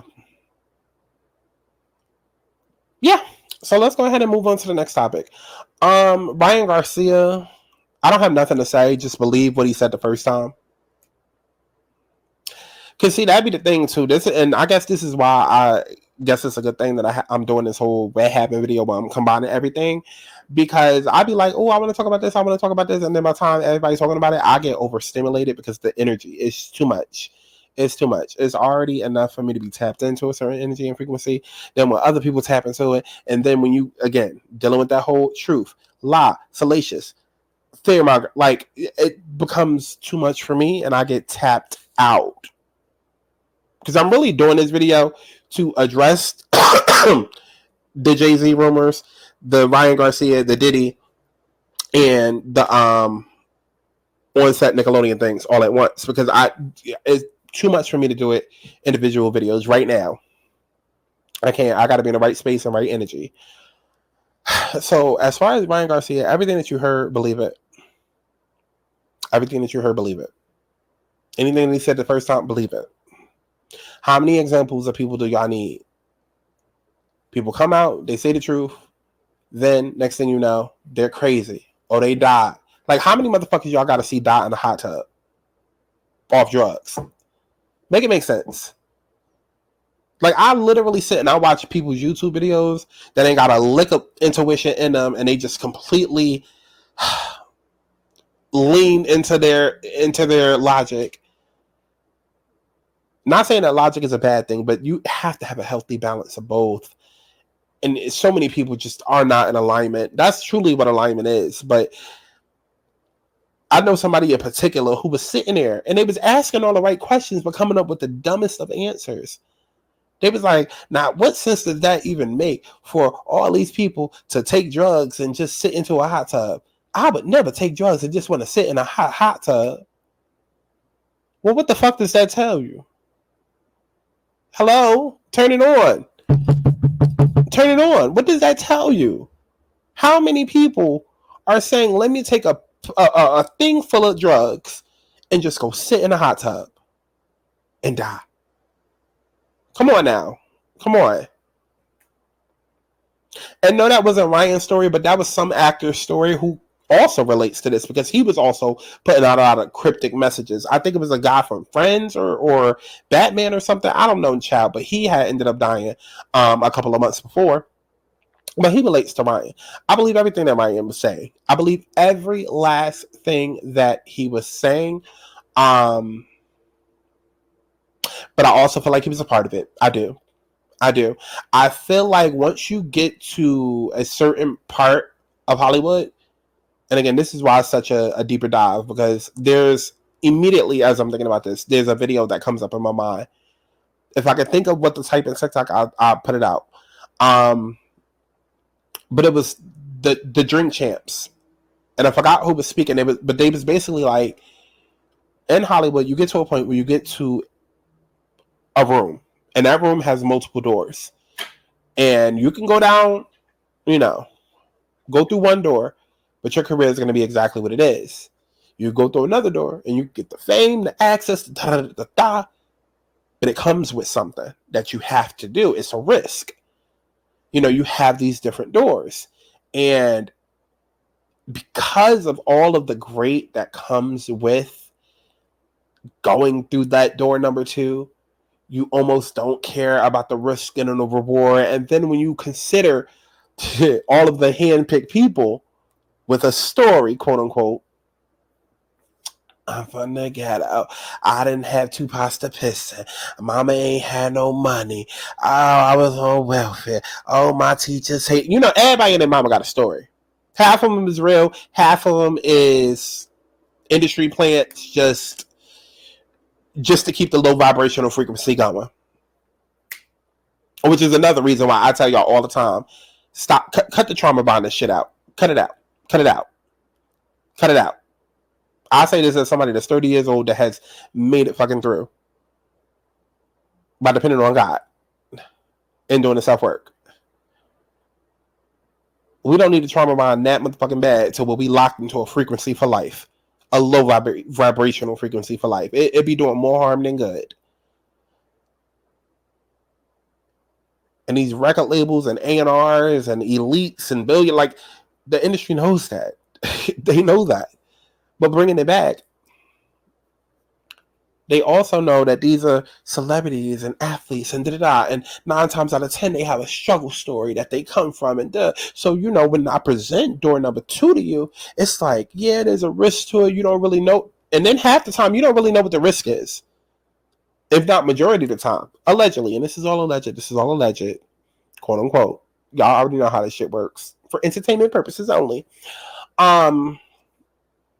You don't really know what the risk is behind door number 2, but if you a logical thinker, you think like, well, damn, I'm getting whatever I want.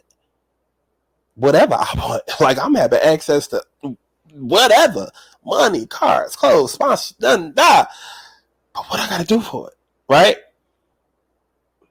Depending on how bad the struggle story is, depending on how bad you want it, depending on where you at in life, you might feel like I ain't got a choice. Which is how a lot of people end up getting caught up by walking through door number 2.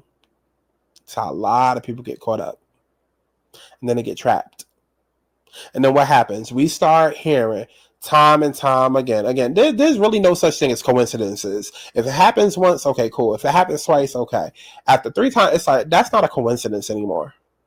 Again, how many people have died from being in the hot tub with drugs, overdosing? How many people have came out, said some shit, and then 2 weeks later they either dead or pronounced crazy?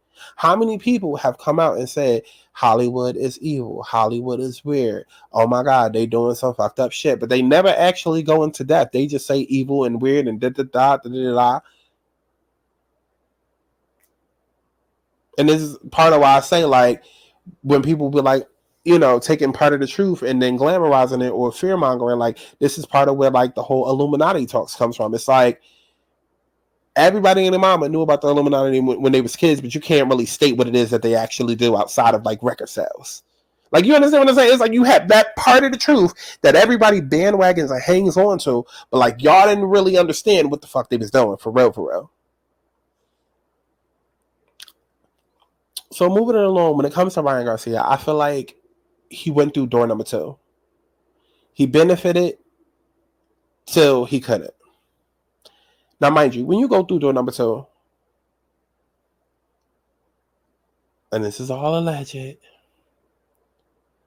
there are things that happen to place you in certain situations. Like, because there's certain things that you have to do, and if you ever want to back out, there will be consequences. It's almost like a gang. Like, you know how you're watching Power, and they're like, oh, the only way out is either jail or death or something like that. Like, it's almost like that. It's almost like that. It's like placed in, like, I've literally heard stories of actual celebrities, of people placed in situations. As a matter of fact, I think there's going to be a story that comes out. Can't remember who this is that I heard it from, but of a celebrity that thought they was about to have a bunch of, like, they thought basically that they was about to have like a threesome with women. Straight male, thought he was about to have a threesome with women, goes in and do it. Next thing you know, there is a minor. And then not only a minor, but a male minor that is servicing him. Pictures taken, da-da-da-da-da. Obviously, you can put 2 and 2 together and understand. Blackmail, right? But what can you do? People more powerful than you. You say something, you're going to get killed. You want your career, right? All of that is very much true. A lot of what we see in the movies is true. Put it in our face. It's karmic law, universal law. And so, just to wrap this up, because I've been on this deep side for a while, and this was supposed to be that type of video. But just to wrap it up, when it comes to Ryan Garcia, I believe everything that he was saying, but I also do believe that he went through door number 2 and benefited until he couldn't, and then it was time to repent. Because here's the thing.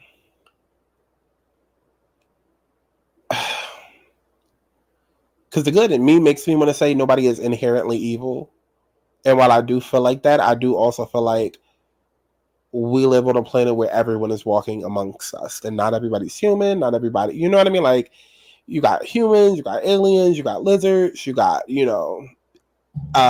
demons, you got entities, you got all of that.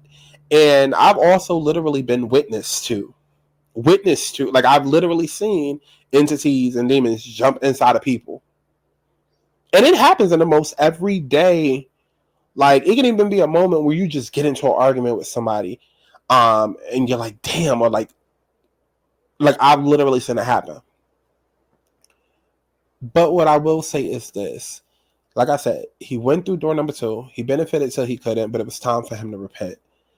Whether he was inherently good to start with, or he was good and just made a bad choice, that's for a deeper discussion. Regardless, he wanted to turn back over to God, to source, to spirit. And so that's when things started coming out. Now, this is my beliefs, right, that I'm speaking on. I believe he participated in certain things, and possibly witnessed something going extremely too far, or probably went too far as well. But either way, it was time for him to repent, because one thing that God is going to do is going to come back and get his children. And he needed to repent, and we're seeing the fallout of that. And that's why sudden confessions and da-da-da-da and da-da-da-da and da-da-da-da and da-da-da-da. That's why we got what we did.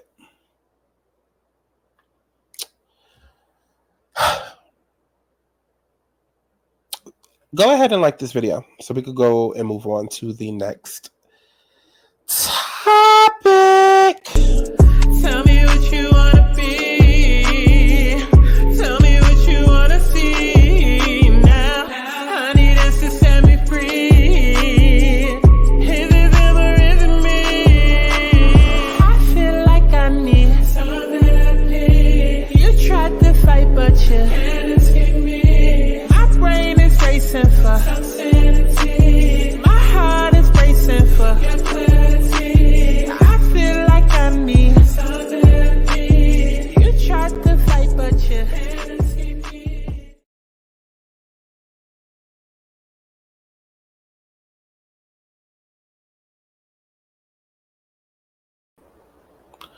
Child, not me clicking out of the goddamn studio. I know this thing still better be recording. Let me restart it just in case it's not. Okay, so another topic that I don't particularly care for. Quiet on Set. Everybody's been asking me to talk about this. And it's not that I don't care about the well-being of children and, you know, it's just that the whole story is not being told. So I don't care about the salaciousness of it all. Now it's on Netflix, now it's on, now the general public is talking about it, so let's talk. No. Because I need y'all to understand. By the time the tea gets to you, it's already stale. And you're only getting half of what's really going on. A percentage of what's really going on. That's just how I feel. So as far as Quiet on Set, I have not watched it because, again, I don't care. I feel like if you were a parent and you had your child involved in shit like this, then you should go to jail. I feel like all parties need to go to jail. I feel like the parents need to go to jail. I feel like anybody that worked on these sets need to go to jail and knew what was going on. Like, everybody need to go down. Everybody need to go down. Everybody need to go down. But, like I said, a lot of these people that you're going to see being taken down are the fall guys. Now, that doesn't mean that they shouldn't go through their trials and court of public opinion and, be crucified. I'm not saying that at all. I'm just saying that I tune out because I'm like, okay, if you're giving me this, then what's really going on? Why are you only giving me this? Why are you deciding to be vocal about this? Why after so I ask the same questions that a lot of people be asking, but from a different perspective. People be asking it to try and dismiss shit. No. I ask those questions to dive deeper. Why now? Why this person? Not to say that this isn't true or it's not happening. I know that it's true, and I know that it's happening. But why now are you saying something? Why now are we doing this documentary? What else aren't you telling me? Again, when you understand the way that life works and how everything is a game within a game, a show within a show, we all live in a fucking matrix, and Hollywood is just one big stage, then you understand that it's literally like a magician, a magic trick, a magic show, rather. You never let your right hand know what your left hand is doing. So while we're over here focused and distracted with what's going on with the left hand, the right hand is doing something else. And I'm the person that's like, okay, what's going on with the right hand? Because it's never one. It's never one. Somebody used to tell me, like, if you see one roach, there's probably a million more. You see one mouse, there's likely others. That's the same way I feel about all of this Diddy and Nickelodeon shit. If it's one, there's more.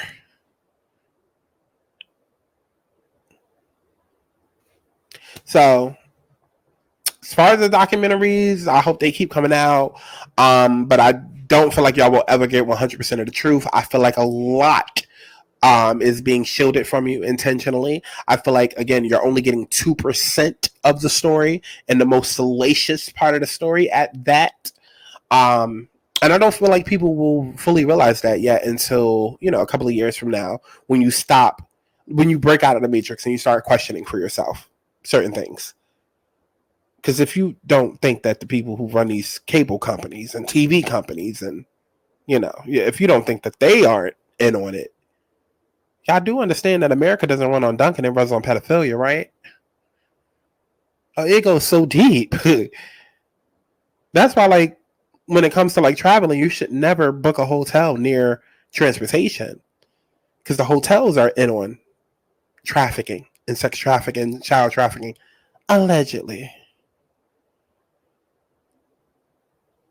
These prostitution rings go so far, so deep. We talking electives, politicians, billionaires, artists, celebrities, athletes, TV owners, you know, firemen, police officers. Like, the problem is that y'all have one idea of what like good and bad is. And it's everywhere, baby. It's everywhere. It's everywhere. It's everywhere. So, like I said, with shit like this, you only get like 2%, but it goes way deeper. Way deeper. Okay. Speaking of way deeper, I'm gonna briefly touch on Candace Owens and everything that because I know she's making her rounds with her, you know, her black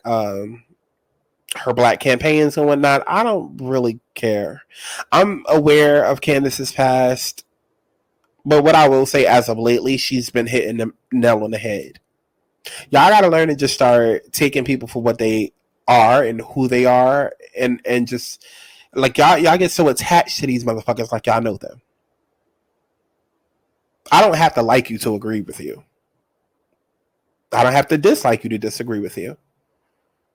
You can also be not my cup of tea, but also make good points. And even if Candace has done some questionable shit in the past, it does not negate when the message is right. See, y'all spend so much time focused on the messenger. It's not the message, it's the messenger. Because everything has to be delivered in such a cute little package so that you emotionally feel safe. Meanwhile, children out here getting butt fucked for their energy. Out here getting sodomized for TV deals and billions of dollars. Like, come on now. So when it comes to Candace Owens, I understand what she's done in the past. I don't care.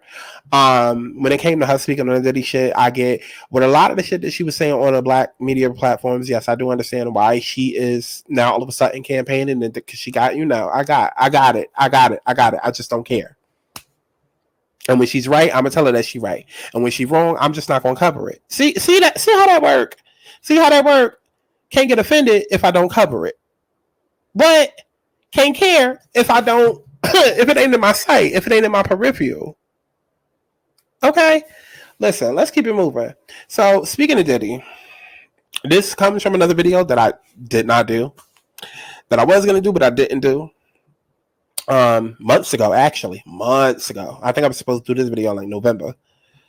Had to be, right? Because that's when I was doing, I see the circles. Y'all know. Like, that used to be my thing when I used to add people on like the circle bubble. So this had to be from like October, November. But I guess whenever Cassie came out, I was going to do a video. Never did it. But yeah, when it comes to the Diddy shit, it's not over. Like I said, he is the fall guy for a lot of people behind him. A lot, like it goes way deeper.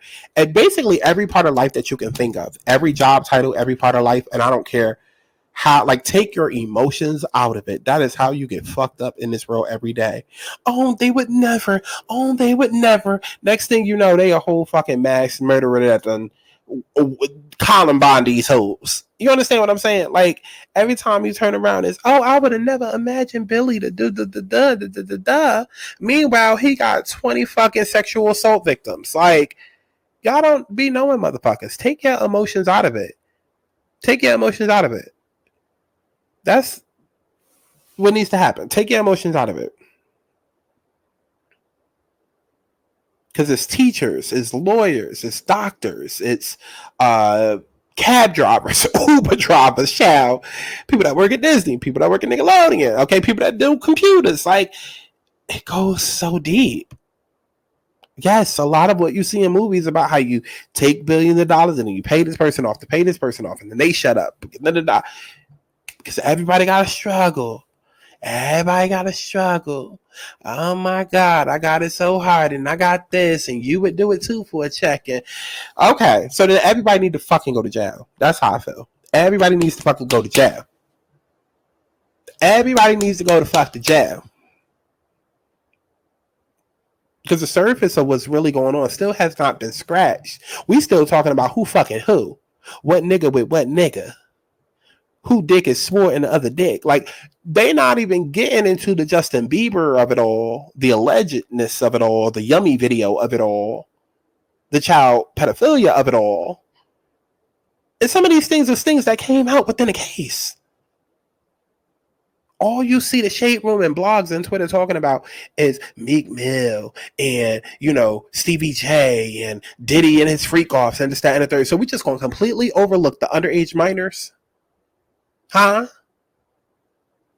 Oh yeah, I forgot. That's exactly what the fuck we gonna do. Because when it comes to the black community, child, y'all kick somebody out for being gay before y'all do for being a murderer or a terrorist, child.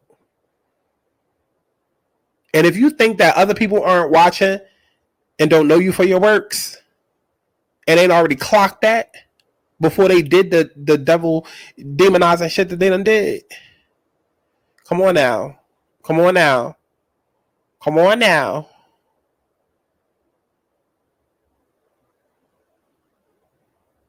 We know what Diddy's been up to because we've been doing it with Diddy. But we just gonna put him as the fall guy. Why? Because he's black. He's a black icon. Okay, Mr. BET. Okay, Mr. Bad Boy for Life. Okay? And he's known for having parties and whatnot, and everybody and their mama know that he has parties, right? And we know that he gets down and gets around, okay? And then that, you know, people in the industry know that, but they ain't really known like that. But people in the industry know that, but they don't really say nothing because he got money. So he's the perfect fall guy. Because see, black people, you know, what they're going to do is they're going to take the story and they're going to make it more salacious, okay? They're going to focus on, you know, who he fucking and who he allegedly sleeping with and not really what's going on. See, these are the conversations that's going on.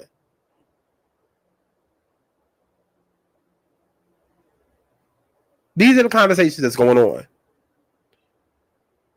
Because while you sitting there thinking that you so smart, you Miss Velma, got your glasses on, you so intelligent. You done cracked the case, girl. You done figured it all out. Scooby-Doo. You thinking you know it all. Because you putting two and two together and, oh, Stevie J was bent over by P. Meanwhile, it's so much other shit going on. But motherfuckers knew that you would focus on that. And that's how motherfuckers get away with cold-blooded murder. So like I said in this thumbnail, this isn't over. It's too many stories out there. It's too many other things going on. I don't necessarily care to do a Diddy video every other day because I'm not trying to get my channel flagged every other day. I did one and that was enough. Cassie touched the tip of the iceberg. I don't have proof, but I do think he did something to the people on screen. And I'll say that. If you notice, I separated the left from right.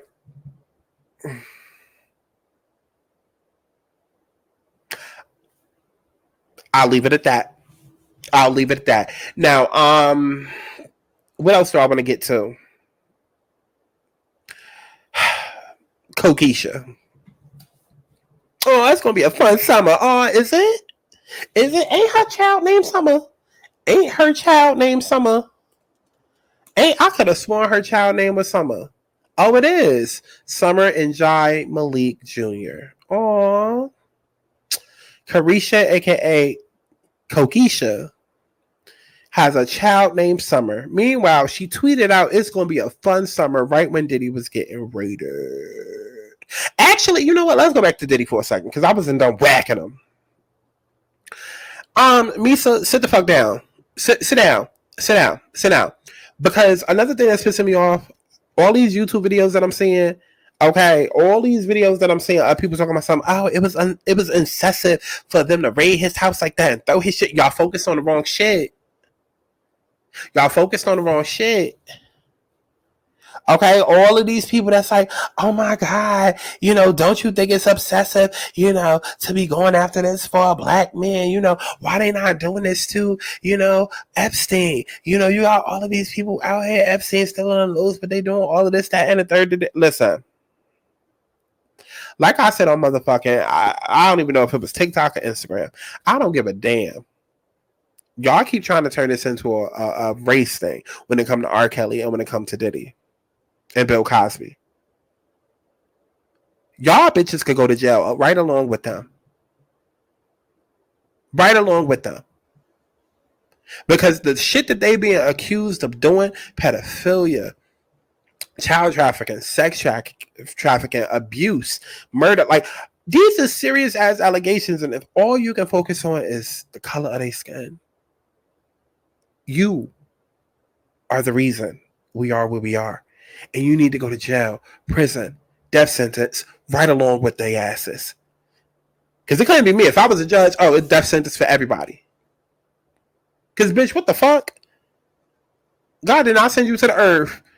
You was not reincarnated into this earth to be doing this fuck shit. So since you don't value life and clearly the lives of others, death sentence, electric chair immediately.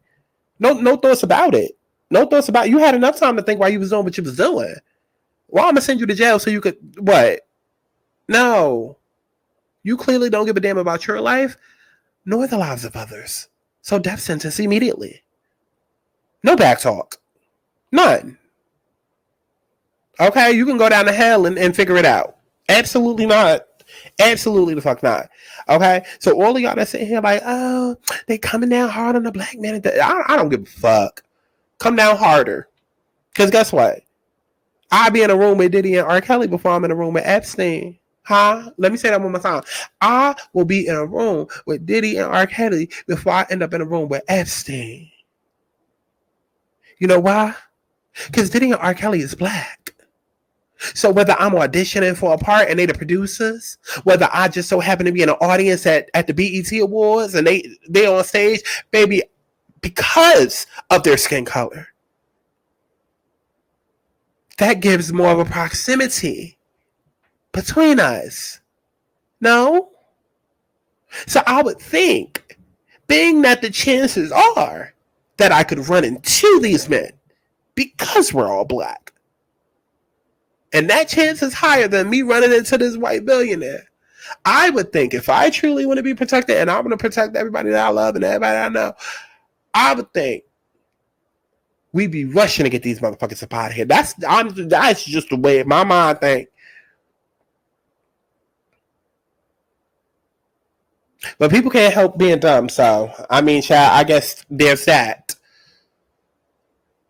And as far as Misa trying to come out and, oh, my son, and why they trying to raid like that, I don't care if they listen, they could have burnt the whole entire house. I don't care. A raid is a raid is a raid. But I do believe that they was planting evidence, and I also do believe that they was high and shit. I do believe that whoever raided the house was in on it, and I do believe that he was tipped off. I believe that all of it was calculated, actually. I keep telling y'all, good and evil don't have a look. It's everybody. It's everybody. I believe that whole entire situation was calculated. And I feel like he knew it was coming. He just didn't know what day. All of these people are tapped in. Tapped in. We talking about different frequencies and vibrations and dimensions. Not just this 3D shit, bitch. They're tapped in. They know. They know. And hell, all it takes is a really good astrologer to be like, oh, okay, on this day, you got Pluto square your ascendant with the eclipse. And come on now. That's all it takes to figure out a catastrophic event that's going to happen. Go ahead to my website, thealanaSouls.com, to book your personal reading, baby, so we can figure out what's coming on with you. Okay? We already done talked about, or y'all saw all that happened, okay, on Monday, last Monday, when that eclipse happened. Don't let your life turn upside down. You had the chance to figure out what's upcoming. Now, Go book a read in thealanaschools.com. But yeah, Misa girl, shut the fuck up. Shut up. Because you could get arrested too. As far as Misa and Kimora trying to now come out and write books and draw snitch, but not really tell the whole truth, shut the entire fuck up. As well as Aubrey. She can also shut the fuck up. Because all y'all niggas was there and y'all was benefiting until y'all couldn't benefit no more. And I can't stand a motherfucker like that. If you had something to say, if you knew what was really going on, you should have said something. And if you didn't, you deserve jail time immediately as well. Miss me with the, oh, I had a family to raise. I needed this shot. No. Because to me, that's also worth a death sentence. I'm sorry, it is. It is. Because you not only don't value your life, you also don't value the life of others. You know that this bitch over here allegedly getting abused and sex trafficked, and this man is allegedly over here blowing up cars and setting up people to die and this, that, and because of your backed up bills, you're not going to say nothing? I don't respect that, and I never will. Miss me with the, oh, I thought I was going to die. I'm sure. But imagine the karma you're going to have to deal with when it comes to God. Like, girl, listen, let's move on. Kokeisha.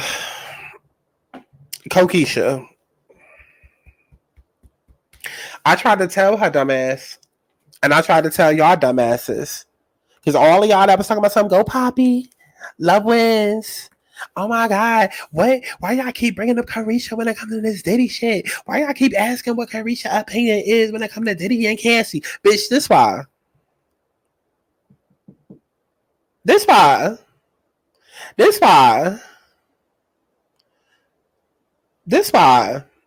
go ahead and bring up this article, because this happened on the day of the eclipse, okay?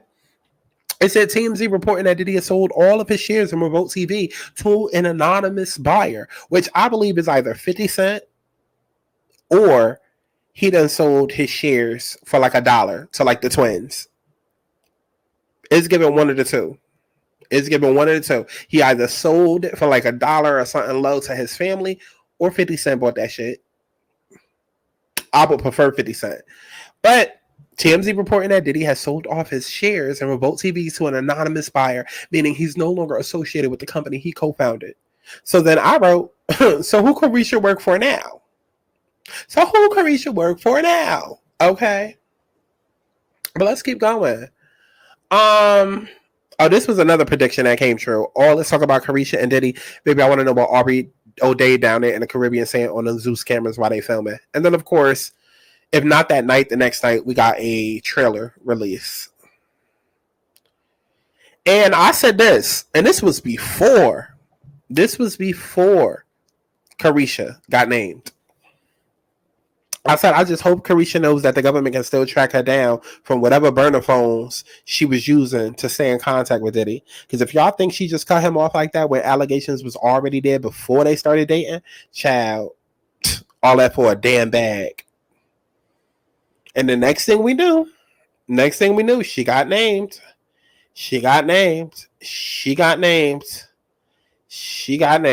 Okay. What did I tweet out on March 6th? I said Caresha Epstein Combs Winfrey Maxwell. Listen.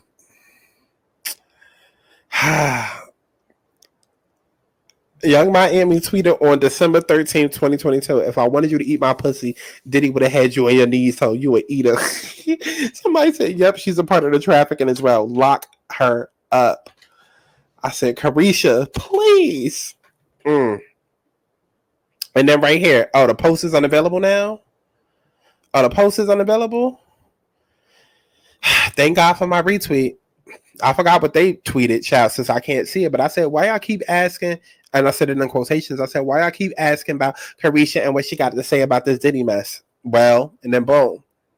And that was probably to the allegations of it coming out. I said, honestly, if Caresha was smart, she'd move her show to a different platform. I didn't even recognize I still had her on screen.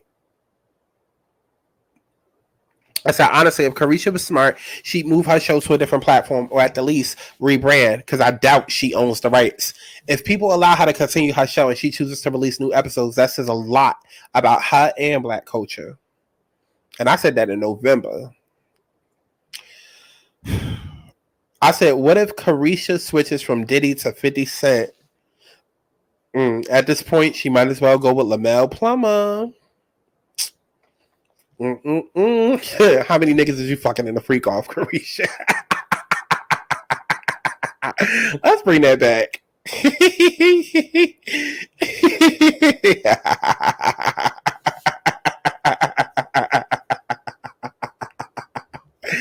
Oh my God. Academics was wild for that one that day. How many niggas is you fucking in the freak off, Caresha?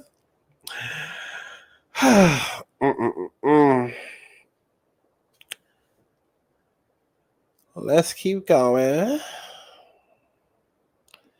No shade. Academics is aggy as fuck, but I'm low key with him. And this is one reason I'll call Santana stupid, because if you're gonna call out act for Caresha, then where's that energy for Diddy, considering what he in the news for? And that's how, man, you wanted to defend your best friend, right? Keep going.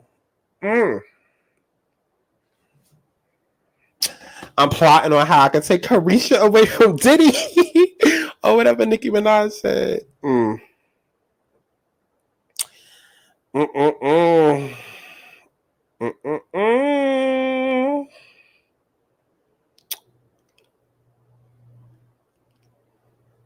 Oh, let me say that, because I'm gonna want that. I'm gonna want that picture.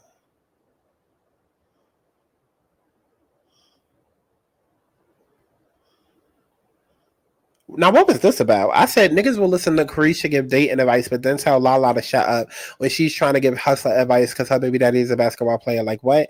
The Black community is in shambles. It's like we anti anything positive or anything with accountability involved. I know that's right.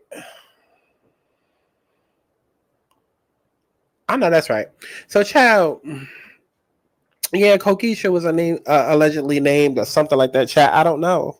I don't care. I throw a brick for you, daddy. I had a brick for you, daddy. I will a split for you, daddy.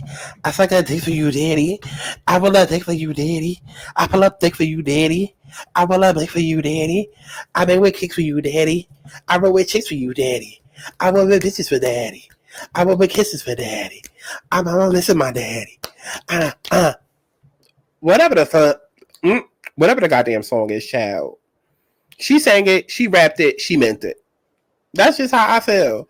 I've been telling y'all for years that the City Girls was problematic. You know what's crazy? Chi first made her appearance. What was it? 2017, 2018? I started embracing Chi. And the album that Milkshake was supposed to be on was called She. And everything about She was like so anti-City Girls because I just did not agree with what they stood for. Like, rob that nigga, get a bag. You know, fuck that nigga, get a bag. I just didn't. And honestly, in real life, I really don't agree with it. Because this is why so many women now feel like, we're not even gonna go there, child. That's a topic for a different day. But I'm gonna just say this: City Girls had all of these girls fucking behind them, and now, like a city girl, Caresha is caught up in some city girl shit. You know how many hood girls it is right now that's thinking it's cute and cool to stash their nigga gun in their purse, how they gun in they glove compartment, how they weed on them, how they coke on them, how they brick. You know what I'm saying? Like, we ride past the block, I'm a pull my seat down so that nobody see me type shit. Like, you know what I mean? Like, there's a lot of girls that think this shit is cute. So, oh well, I can't feel bad, Caresha. I can't feel bad for Cookie Monster. I can't. Cookie Monster did this to herself. You wanted to be cute and say go Poppy. So, it's giving go with Poppy. Go away with Poppy. Not go Poppy and blow mommy. Ooh. Oh! That's exactly what it's giving. Moving on. Now, when it comes to Doja Cat and this biracial Afro child,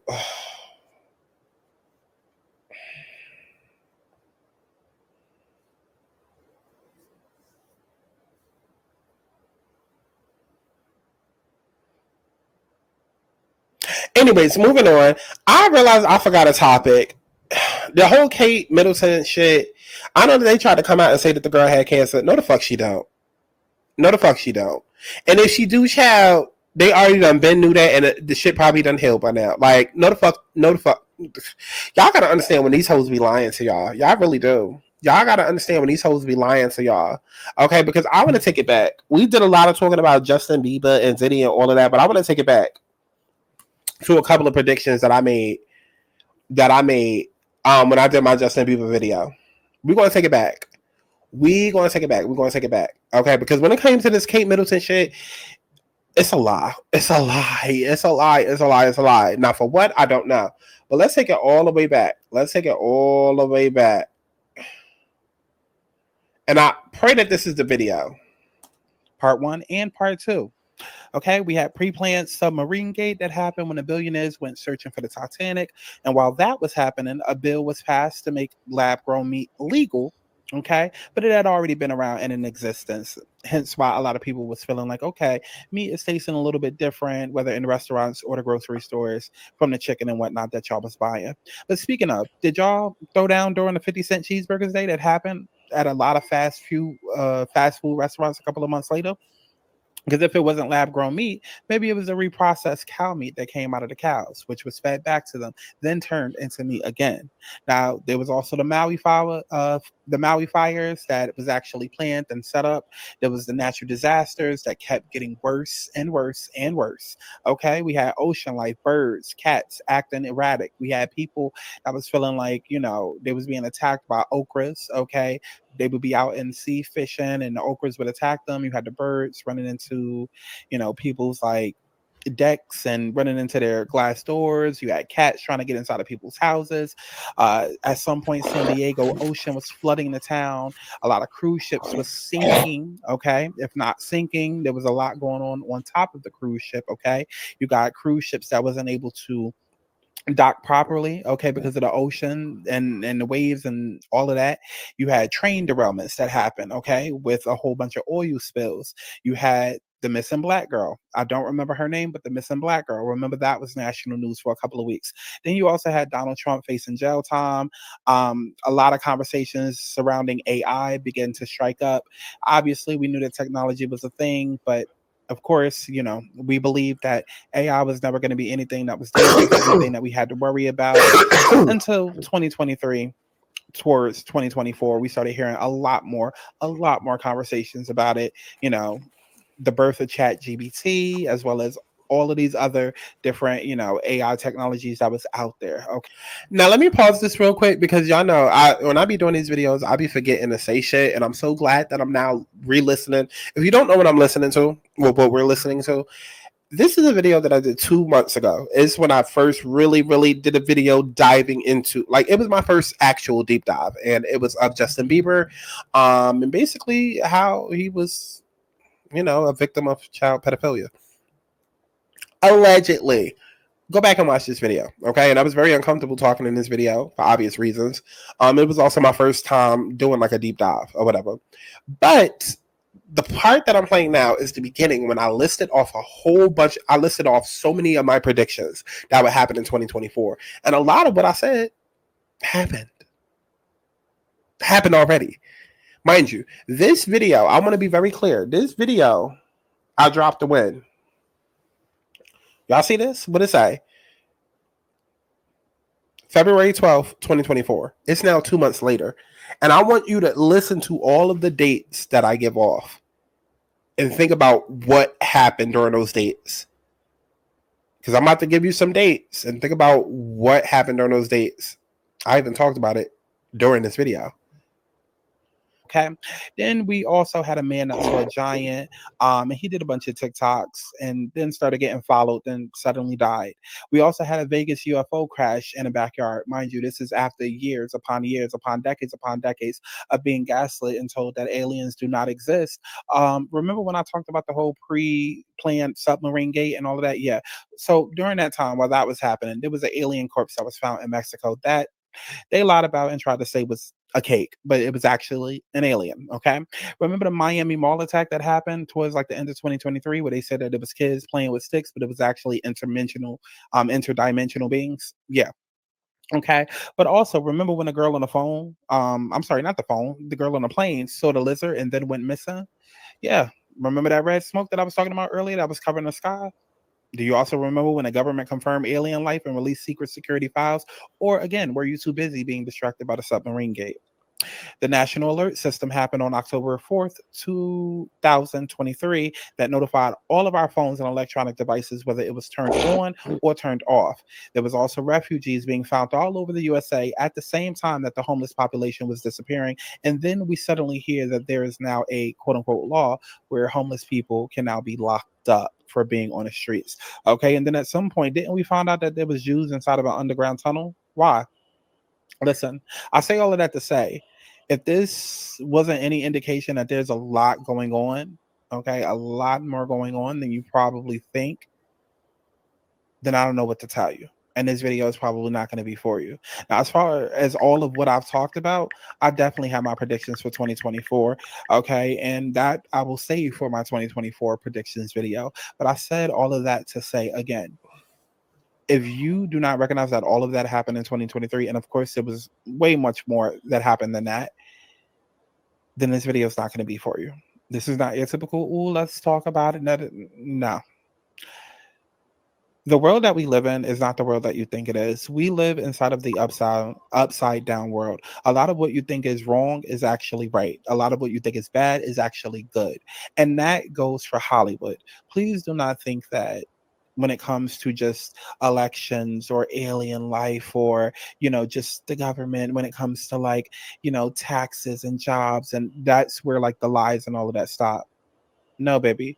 We're constantly living a show within a show. Speaking of, you can go and watch The Truman Show, which is a movie with Jim Carrey, for example.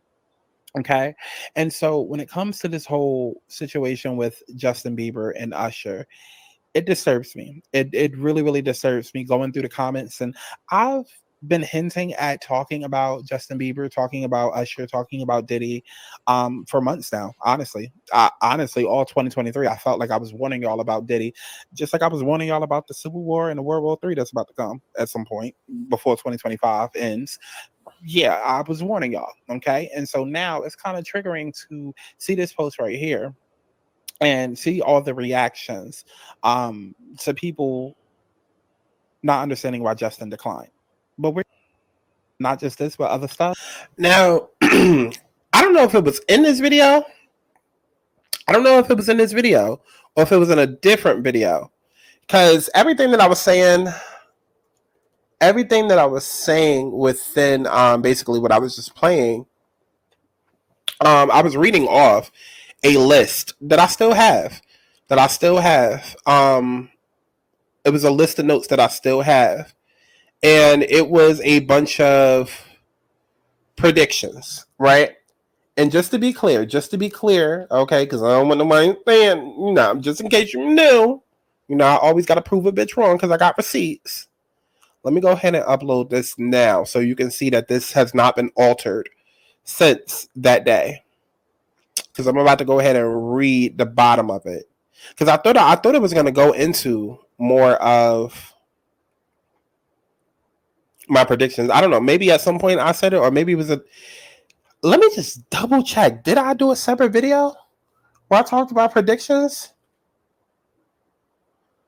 I know I was supposed to. I'm always supposed to do a video, right? I was supposed to do a separate predictions YouTube video, but I don't think I ever got to it. I know that's why I talked about it in this Justin Bieber video. But as you can see on screen, at the date at the top, it says February 12th. And as you can see, this is everything that I was listing off. But this notes is extremely long, so I don't know if I cut it off or only said a little bit of it because I didn't want to spend the first half of the video talking too much about it. I don't know, but I feel like I literally maybe tweeted about it or at least talked about it in YouTube videos. I know I've said it publicly. I just don't remember where. So let me go through this. Like I said, these notes is from February 12th, 2024. That's the last time I edited it, but I've had these notes since January. No, actually, I'm sorry. November.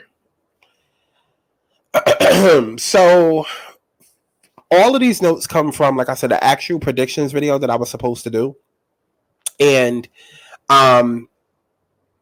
everything that I mentioned was going to be the intro, and then I was going to say, y'all don't think none of this was a sign? So 2024 is only off to a truthful start because of Cat Williams, LMFAO. Then Super Bowl just dropped a ton of hints on what's to come, but was y'all paying attention?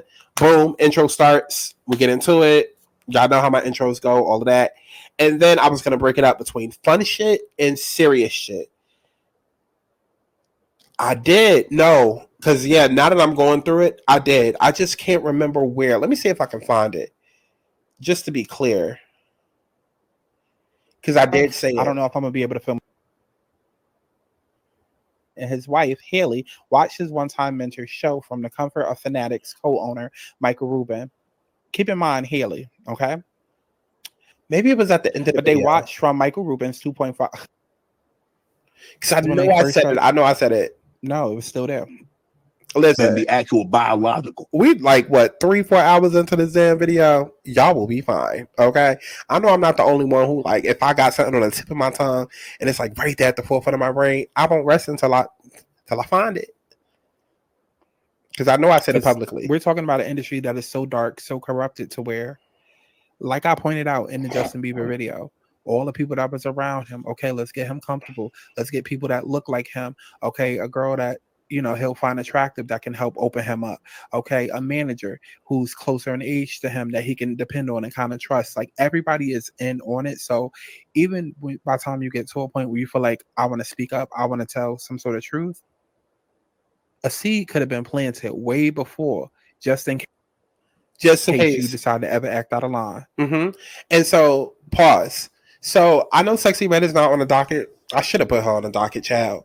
But this whole conversation between Sexy Red and Joe, and how, you know, all the blogs are saying that Joe feels like Sexy is basically, Drake is being paid to, you know, be around Sexy. Of course, everybody and their mama like, oh, Drake. This is what I mean when I say get the fuck out your feelings. Y'all be trying to think logically. That y'all gotta, you're using your logic for the wrong thing. You gotta understand that everything is about money, and this is a capitalist world. We live in a patriarchy, baby. So yes, while Drake might be entertained because he's from the suburbs and she's from the ghetto, okay, cool. Money talks. At the end of the day, and maybe I'll dive deeper into this when I do my Lizzo video, because that's coming right after this. Every couple of years, there is a type of artist that Hollywood surrounds themselves around, right? For a long time, it was the struggle rapper. You know, the struggle rapper. I come from nothing. I had to eat, you know, Chef Boyardee and ramen. Then it was the street thug dealers for a long time. Then, you know, at some point, and I'm just jumping around, but at some point, then it was like, okay, stripper culture. You know, Cardi B ushered in that. Then you had Lizzo ushering in, you know, the fat woman that sings. And you had Lil Nas X, I'm the gay boy that sings and raps, you know. And then now Sexy Red is, I'm the hood, you know, hood rat girl that, you know, raps. And mind you, it's not to say that there aren't other people that could have filled those roles or that weren't out before them. I'm talking about the mascot of that movement. Because obviously Sukihana was out way before Sexy Red, and Chi-Chi was out way before either one of them, and Lizzo. That's another reason I don't like Lizzo, but we're going to whack her in her own video, child. The big bitch need her own video, okay? She can't try to fit and squeeze her in with everybody else. She need her own video. But my point is that you have all of these movements where every couple of years they have a type of artist, and, you know, eventually we're going to get like the crackhead rapper or the coke fiend rapper. Like, it's just, they carving out demographics. And so I forgot why I brought that up, child. But yeah. In terms of like Sexy Red and Drake, he is incentivized to be around her because that's what they're pushing right now. And see, just how I just said that, and that's the truth. Go back to what I said about there's the truth, and then there's people who take part of the truth and glamorize it or use it to fearmonger. Or there's people who just don't believe at all. And what do people do? They took the Sexy Red story with Drake, and they looked at it like, oh, just her and Drake are just kicking it. No. Just like on the flip side, if you hear, oh, Drake is being incentivized to be around her. The agenda, the gay agenda. Oh, they trying to brainwash black and da da da da. It's only part of the truth. A lot of times people be right. You just only have 2% of the information because it's much darker and deeper than you understand. So yes, Sexy Red is being pushed. Yes, Lil Nas X was pushed. Yes, Lizzo was pushed, but it's just deeper and darker. Okay? And all of that relates back to Diddy and Justin Bieber and even Jay-Z and Ryan Garcia. Like, all of it is interconnected because it's about what you're willing to do, how far you're willing to go, what deals you take. Like, it's all connected. Okay? But I'm just trying to see if I can get to the point where I audibly stated on video, because I know I did at some point, about my predictions of what's coming. Maybe it was towards the end. I can get a time frame, but I don't have necessarily exact dates all the time. Unless I have like an exact date come to me, and I may not know like what it's associated with. I might just know an exact date, right? Let me back that up a little bit. And then meanwhile, this year about to fuck y'all up. Matter of fact, from now to 20. Matter of fact, you know what? Let's go ahead and jump into it. Since I gave y'all I gave y'all the intro of my 2024 predictions video. Let's keep going. So after I'm done reading off the list, the last thing that I said on the list was all the Jews found in the underground tunnel. Why? Baby, if this wasn't any indication that a civil war and World War III is coming, ... Y'all don't think none of this was a sign? So 2024 is only off to a truthful start because of Cat Williams, LMFAO. The Super Bowl just dropped a ton of hints of what's to come, but was y'all paying attention? Like I said, this was from that video. I get into all of my predictions for 2024, right? And I have it separated into two different categories. I got the fun shit, like the signs moving into Aquarius, 2016 makeup coming back, 2016 music coming back, 2016 summer coming back, Beyonce's announcement. Okay, the Beyonce video game, the return of boy and girl bands. Flow is likely gonna blow up. Now, some of these can start in 2024 and stretch out. Now let me pause this right here because I do realize that I did not say everything. On my notes, I have that Act 3 is rock and roll. Well, that Act 2, country, Act 3, rock and roll. And I wrote down Act 3 possibly November 29th. Possibly November 29th, possibly. And if not Act 3, something. And I also wrote down Beyonce video game. Okay? Then I wrote down the return of boy and girl bands. Flow possibly blows up. Nostalgic music. Nicki Minaj winning. Meg getting exposed for something possible. Tape leak of the night with Tory. Rise of indie artists with TikTok and UMG. Rise of indie entertainment. Cruise ship staycations, more relationships, breakups, makeups. Now, as far as the more relationship makeups and breakups, I started off the video talking about that. That's just something that's going to keep happening because of where the Eclipses in North Node is and South Node. 2016 makeup coming back, I see it all over TikTok. 2016 music coming back, I see it in what artists are trying to release.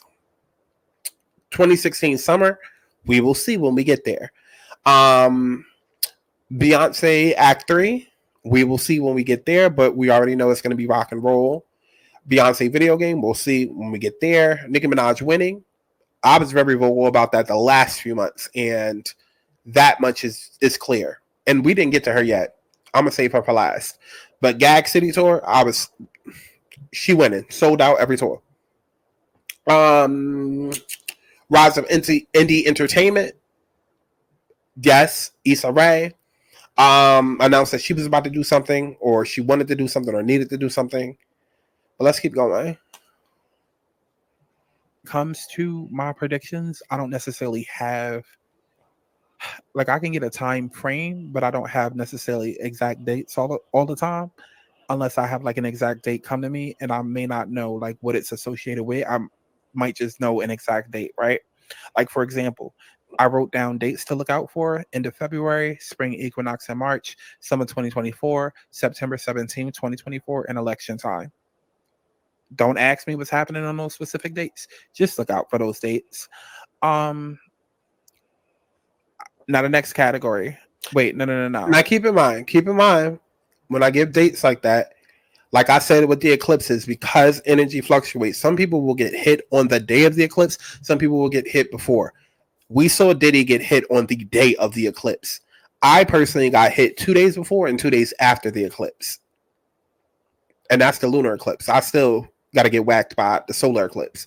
So, you know, everybody's different. So when I give out dates and things like that, you have to give or take, like, we'll say 2 weeks. We'll say 2 weeks. Because everybody's different. Some people, it really depends on your natal chart. But those dates matter for a reason. And I guess I'm going to just go ahead and say it now. Because I said the end of February, I said the spring equinox in March, I said summer 2024, September 17th, 2024, election time. So far, we've gone through 2 of the dates that I predicted and, you know, said in my predictions. I said end of February. So that would be the last week of February and the first week of March. And then I said spring equinox in March, which was around the 21st. So that was, you know, the week leading up to that, and then the week of the eclipse, right? What happened? We had all of the shit with Kate Middleton, and we also had all of the shit with Ryan Garcia. Okay, at the end of February, early March, that's when the Ryan Garcia shit came out. With the spring equinox in March, we just talked about everything that happened with the eclipses and whatnot, and Diddy, and the Baltimore, you know, bridge happening on the same day. Like, okay, I gave you all these dates for a reason. Now, I don't necessarily need to keep playing the video. Hopefully by now, I mean, you understand. You see that I ain't lying, okay? But for the serious shit that I brought up, you know, the predictions, it was another writer's strike, creative strike, which I do feel like is going to happen this summer. Okay, a music strike or something like that. Some sort of strike is coming. Concert restrictions are going to happen at some point. Multi-generational homes will be a thing. You know, meaning like you have different wings of the house, and it's like you have like one big, like almost like mansion house, or like maybe like it's kind of like townhomes. You know, like in the hood, how you have like a 3-story townhome, and then like everyone is split off to an apartment. It's something like that, But definitely going to be seeing a lot more multi-generational homes because people can afford it. Unconventional homes bought off Amazon for cheap. And people buying plots of land, and, you know, people, you know, taking a more independent route in that way. And so interdimensional beings are going to become more of a reality in our reality. Mind you, I stated this within this video. And something that I've been seeing in the last few weeks is that on the news now they're trying to announce it. Like they're trying to do a soft launch, a soft announcement. Now I see, and it's shit like this that makes me so much more comfortable being able to talk about it now, because I'm noticing how my predictions are coming true left and right. But I'm also glad that I keep telling y'all, question every fucking thing and don't believe the media and the propaganda that's out there, because by me speaking it, when I feel it and I'm jumping the gun, when it starts to happen, I can point out the bullshit to y'all. And matter of fact, let's do that now. Let's go ahead and do that now. Let me see if I can find it. Go ahead and like this video while I find a specific clip. Red light, green light, red light, red light, green light, red light. I don't do yellow, cause it's so mellow. If I don't say hello, you know from the get-go. Red light, green light, red light, red light, green light, red light. I don't do yellow, cause it's so mellow. If I don't say hello, you know from the get-go. Okay, so I have been warning y'all for months, definitely with the whole plane shit. I feel like I did a whole video on that. And let's just look at this. By love. Imagine your vision is totally normal, and then one day you see demonic features everywhere on people only, just like this, what you see behind me. Now, that's a reality for a man named Victor Shera. He has extremely rare yet terrifying disorder called PMO, and it's commonly known as, or now known because people didn't know about it at first. It's called the demon face syndrome. People with the condition see parts of other people's faces distorted in shape, texture, position, or color. For Shera, that means grotesque, grimace, elongated eyes, and deeply etched scars. also pointed ears. There are 75 known cases of the disorder. My next guest, well, we talk about it, and he is... So, demon faces are a thing now, literally on the news. There's that, and then there's this.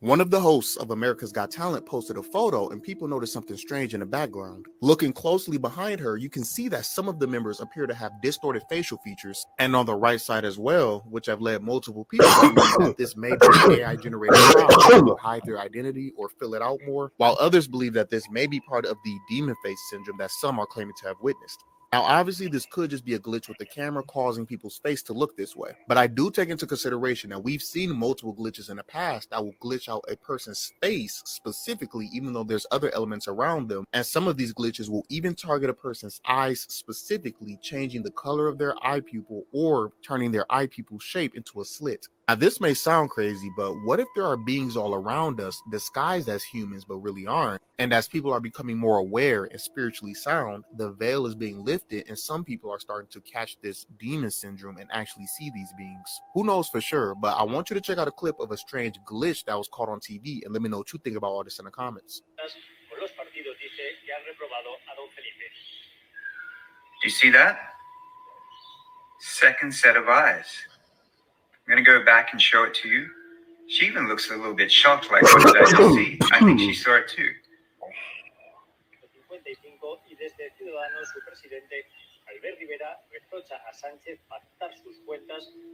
Here we go. So there it is, the blink. I'm going to do it in slow-mo now. There we go. He had eyes in between. One of the hosts of America's Got Talent posted a photo and people noticed something strange. Okay, so I'm going to go through the comments really quickly because you know how I keep saying? There's people that blatantly believe a lie, and then you have the truth, and then say it with me. You got it being glamorized and sensationalized, and then you got it being fear-mongered. Let's go through the comments. You got people saying shapeshifters taking a human body, a person. I've always said this, not everyone is human. Now those are just reptilians chilling like a villain. You got people that are open to the truth, that understand the truth. Then you have people that are stuck in the matrix, rather come up with some type of logical excuse to make them more comfortable and ignore what it is that they're seeing and feeling. That'll say like, oh, I don't know, maybe it's an edited pic, or it glitches the background, or it's literally so she doesn't get sued by the people in the photo. If I were a demon, I'd just be in the audience of AGT2 instead of, I don't know, ruling the world or whatever. So wait, now this isn't more so of somebody believing a lie. This is more so of somebody on the part of like trying to make it salacious. But here's somebody believing a lie. If it was taken on the Android, it could have been the AI enhancer for photos. Like people that's trying to find a logical reason. I said, this is honestly what I feel Cardi saw at that award show where she blanked out. Now I want to go to that awards interview. And I believe it was with Eve. Yep, it was.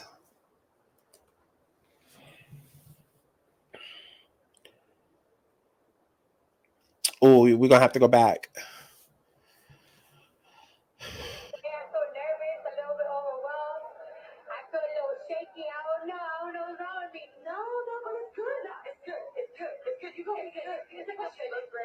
And you're amazing. And just from woman to woman from here. Yeah, I'm so nervous, a little bit overwhelmed. I feel a little shaky. I don't know what's wrong with me. No, but it's good. It's good. It's good. It's good. You go get it. It's good. It's great. And you're amazing. Now that's a whole deep dive in itself because she was standing there for a second and even the people in her background noticed. So we can dissect this in a separate video if y'all would like me to. Just type down below Cardi B interview video.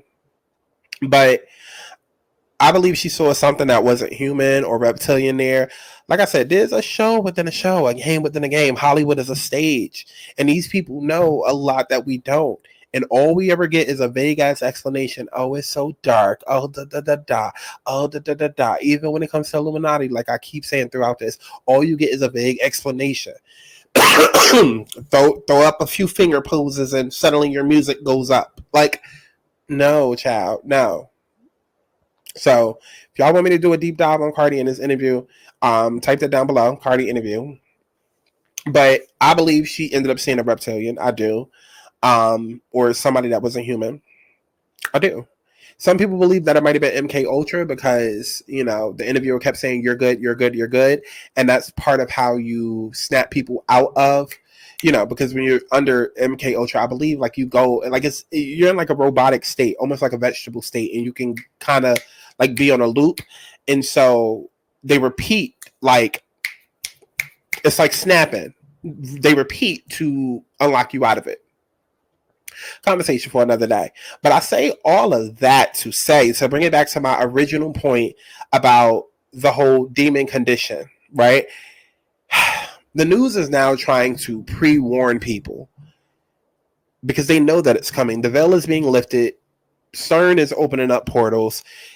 Dimensions are being twisted. Like, so what do? We use the media and the news, which is how we control the people, and we jump ahead of the narrative, and we give a sudden condition for it. So when people start seeing what's actually always been here, but we're able to see it now because the veil is lifted, or we're accessing higher levels of consciousness and intuitiveness.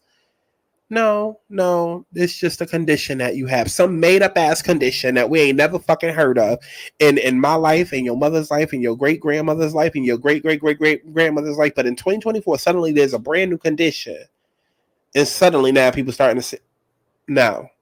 And people gonna believe it. Just like in the comments, you had motherfuckers jumping to defend. Oh, it's Photoshop. Oh, people don't want to get sued. Oh, da, da, da. These are people that you can't argue with. And I look at it like this. I'm not here to lead anybody into the light. I'm here to help those that's already on the ladder and almost out. My job is to not go back into the dark and convince you why you don't need to be in the light. No, because maybe either you get it or you don't. And I'm not going to waste my time and waste my life trying to convince. Absolutely the fuck not. But if you are already trying to find a light and maybe you stumbled upon the path, maybe you dropped your flashlight, maybe you need a little bit of help, like that's what I'm here for. But I'm not here to go into the dark and convince the people that's comfortable in the dark. I'm not. You can't heal in the same environment that you got sick in. And a lot of people, unfortunately, are comfortable being patients. Just like people are comfortable being victims. Take that how you want to take that. Because I'm not just talking about spirituality and intuitiveness. That applies to real life and everyday situations. You cannot heal in the same environments that you got sick in. And a lot of people are too comfortable being patient. Or being a patient, rather. So I say all of this to say, you know, the media is already trying to precondition people to believe it's some sort of condition, and that's just not what it is. That's just not what it is. In the video that I did, where I was listing a whole bunch of notes and predictions, just in video, like I said, I had started writing these notes into 2023, top of 2024. So by the time I sat down and did this video, I had already wrote down in my notes, and I'm gonna just go through the whole list. Like I was still here in the background. But I said interdimensional beings, right? Because I told you they was gonna start coming out. I said it, they was gonna start coming out. And it was here with the whole plane situation, and here with the whole Miami Mall situation, and they're gonna be here even more. But now that's the media jumping ahead of it to try and control the narrative, to try and control. Everything is about power, and power is really an illusion. Okay, but that's, you know, the whole reason for the whole face condition. Okay, but I also mentioned timeline jumps and portals. I also mentioned crisis actors. Okay, because that's a thing too. With a lot of events that have happened. Okay, what do you dial when you need to call the police? That date had a lot of crisis actors. And so when I go back to what I was saying earlier about, I know how with a lot of events people die and this, that, and the third, but I can't get my message across while also, because let me put it this way, I can get my message across while being empathetic to the lives lost. But if you think I'm not going to get my message out because there was lives lost, that's not how this works. That's not how this works. That's not how this works. And that's a disservice to me and to everybody. And so there's a lot of events that have happened, whether it's the number that you call when you need to get help, or, you know, thinking back to 4 years ago when we was all on lockdown, like, lives was lost, but there's also things that have happened. And there's also crisis actors that get called in. Just like, you know, when the whole marathon thing happened, it was crisis act. Like, in fact, there's people that was at the whole to phone number you call event that showed up at the marathon event. Same crisis actors under different names. Now, how'd that work? How'd that work? So I'm just saying. But I also said lizards and government. More of that coming out this year, of course. Government using AI and green screens for political campaigns, social media propaganda. That's the part I wanted to get to. Because I said this February 12th when I did this Justin Bieber video. I said government using AI and green screens for political campaigns and social media propaganda. And who do we see using that? Who did we catch red-handed using that?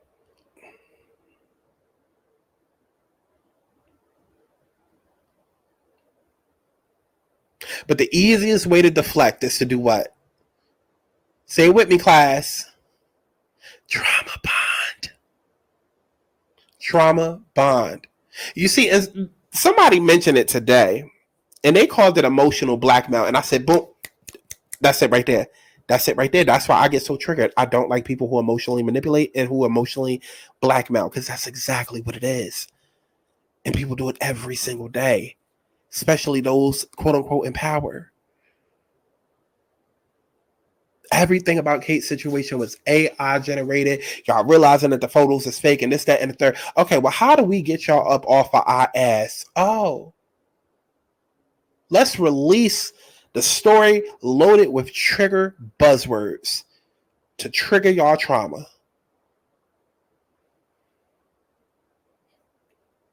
Come on now. Do I have to put it in layman's terms? Like, y'all will go to a job and be late 20 times within a month. And then right when you're about to be fired, you'll hit the boss with, oh, I'm so sorry. I caught a flat and my mother, da, da, da. Hell, even if you just want a day off of work, y'all will be like, listen, my grandmother died and I just, da, da, da. Come on now. People weaponize emotions and their trauma. This is what happened with the Kate situation. Allegedly. But that's what I believe in my heart of hearts. I don't believe this is cancer. And even if it is, y'all not going to sit and tell me that they ain't got a Carolina around for 8 million? Come on now. Come on now. Wake it up. Wake it up. In the midst of all of this conversation that's going on, you on the heels of actually cracking the code and figuring shit out at a faster rate than they can keep up with. So what I'm going to do? I got the zombies heading on to me, and I need to back y'all bitches up off of me. So I'm going to pull out one of my greatest weapons to back y'all bitches up off of me. And what's a greater weapon than cancer? I mean, we've seen how many lives it's physically taken. But if we're talking about a story where you got to manipulate a couple of people and use their emotions back against them, yeah, cancer can also be weaponized in that way as well. And that's exactly what it did. You ain't heard of people about Kate Middleton or what happened. You ain't heard shit since the story broke. Shit. And that was the fucking objective all along. So let me finish reading off this predictions list so I can go ahead and get into, my Nicki take.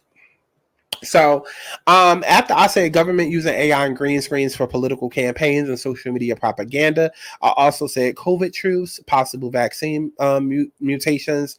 Trump said it started in China. Nobody believed him until it was confirmed. an announcement of another pandemic, but no lockdown, just a little bit more restrictions.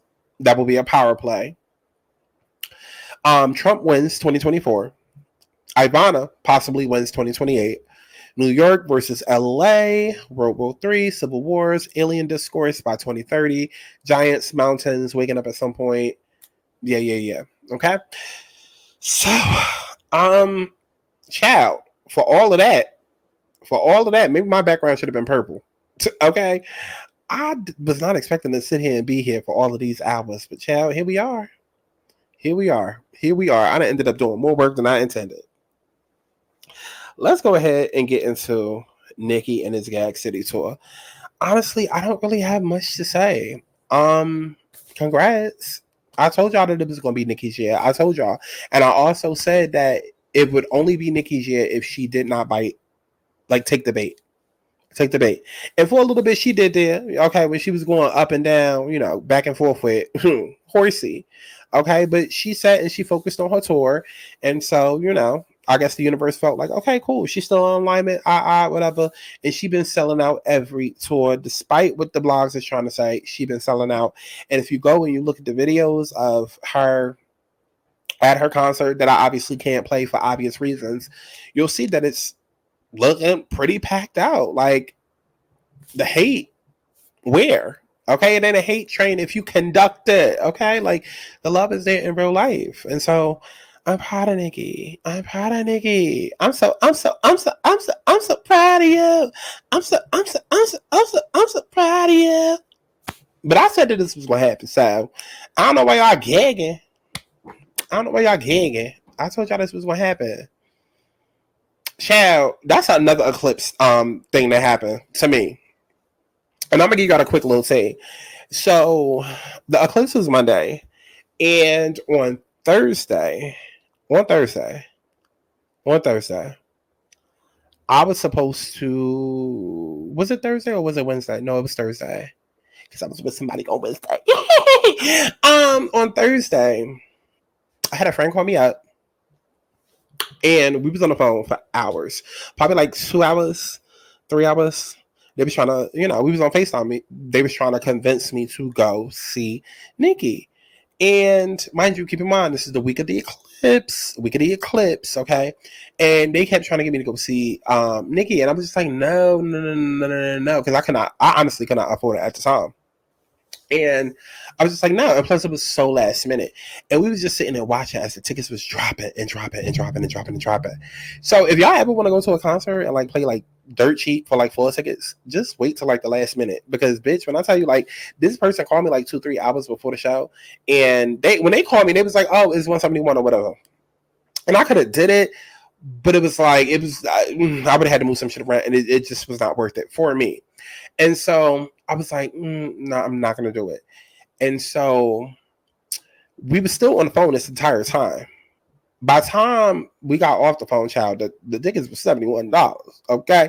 Now keep in mind, you still got to pay for tax and all of this, that, and the third. Okay. So either way, you still would have been paying like $150, but like $150 minimum is like better than paying $1,000, which is what the floor seats was going for. Okay.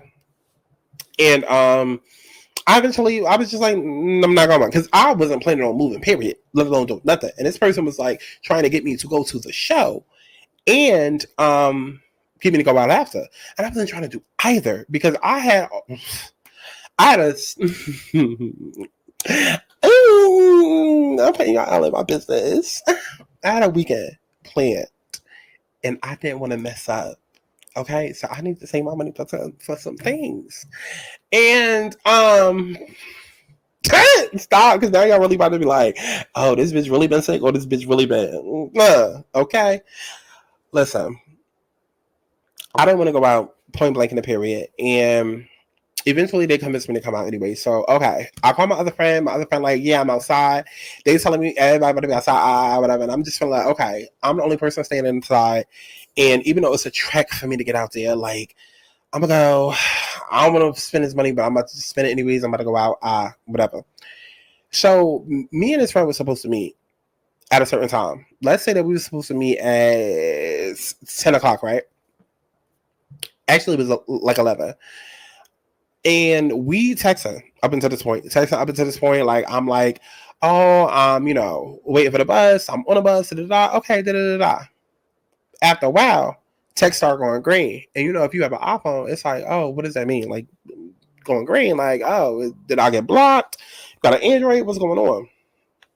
So text start going green. I'm thinking nothing of it like, oh, they must be in the subway because hello, it's New York.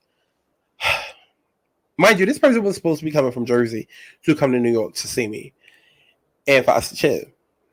And they would have been there before me. I get there, and mind you, up until this point, they have been telling me the entire time, like, you know, oh, I'm on the subway. Oh, I'm on the ground. Oh, da da da da da. That's what I'm thinking.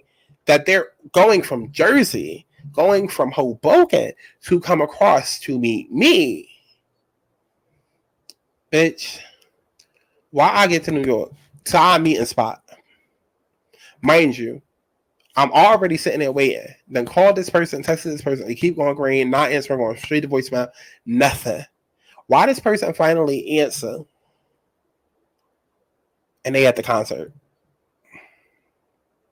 They at the fucking concert. Now hear me out, because I want to. I know how y'all like to tussle. I know how y'all like to tussle.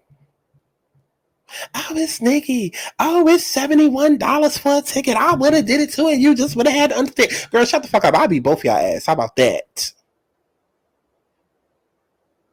This person had just came from a Nicki concert like 2 days before. So cut it out. Cut it out. Cut it out. There's no reason why for me to not even want to be out. For us to be on the phone for 3 hours. You convinced me to come out. I'm coming. I'm meeting.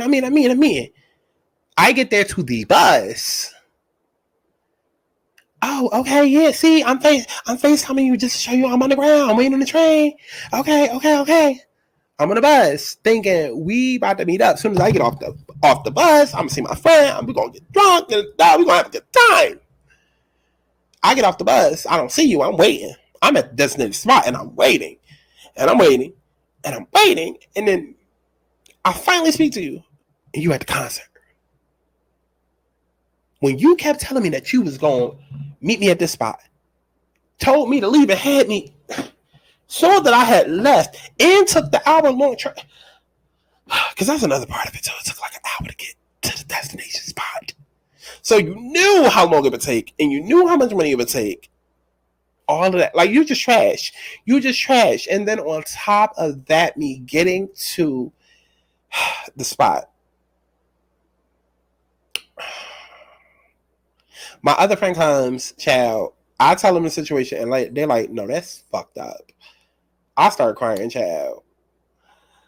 Because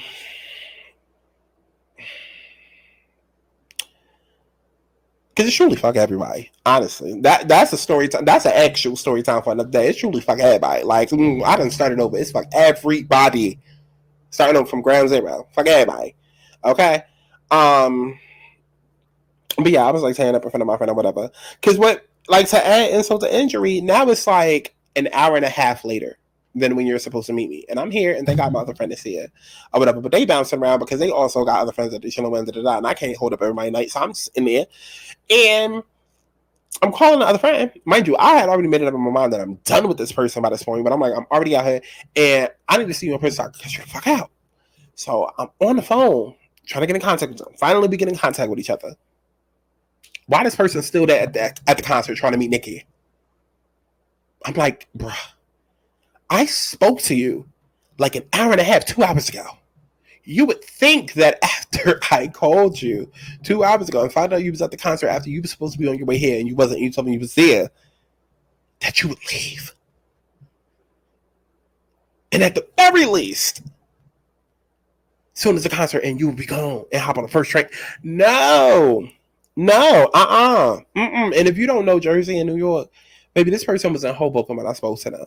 They made it seem like they was catching the train from Hoboken to New York, and instead they went from Hoboken to Newark, even further deeper into Jersey. And then not only has the concert already ended like an hour ago, you still outside trying to be a group, trying to be a fan. Like, and it's just like, you did all of this already on the child.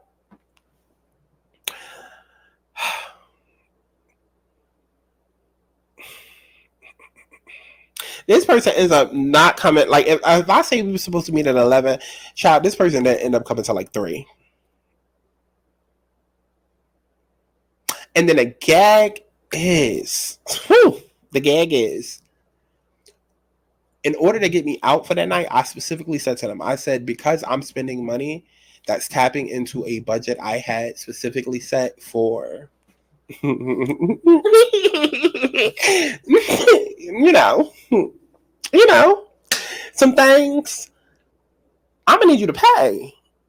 Like, I'm only coming out if you buy my bottle and right? Mind you, that at least comes up to $30. Girl, why the whole time I was calling, as this person was like, oh no, I'm trying to meet. I'm sitting there calling. And I'm like, at least send me the money. Because the liquor store closed at a certain time. Like, I gotta have my shit. Mind you, I had already tapped into what I had. Like, I didn't come out like without any money. But it's the point that you're supposed to be paying for it, not me, with my money. Do you know this person only sent me like $10? I said, wow.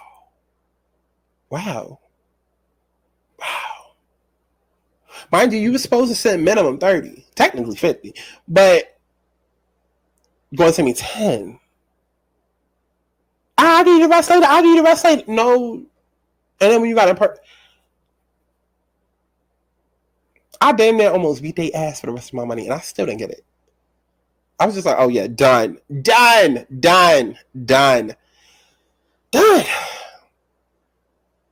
So that's how my Nicki Gag City tour experience went. I didn't go, but child, and I'm not even gonna hold you. I really want to go, but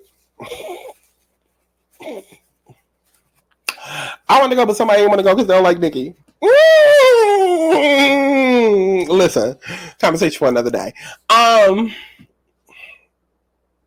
Child, I'm telling y'all, let me know down in the comment box below. How is your week? Okay, because whenever eclipses happen, whatever needs to happen, let it happen.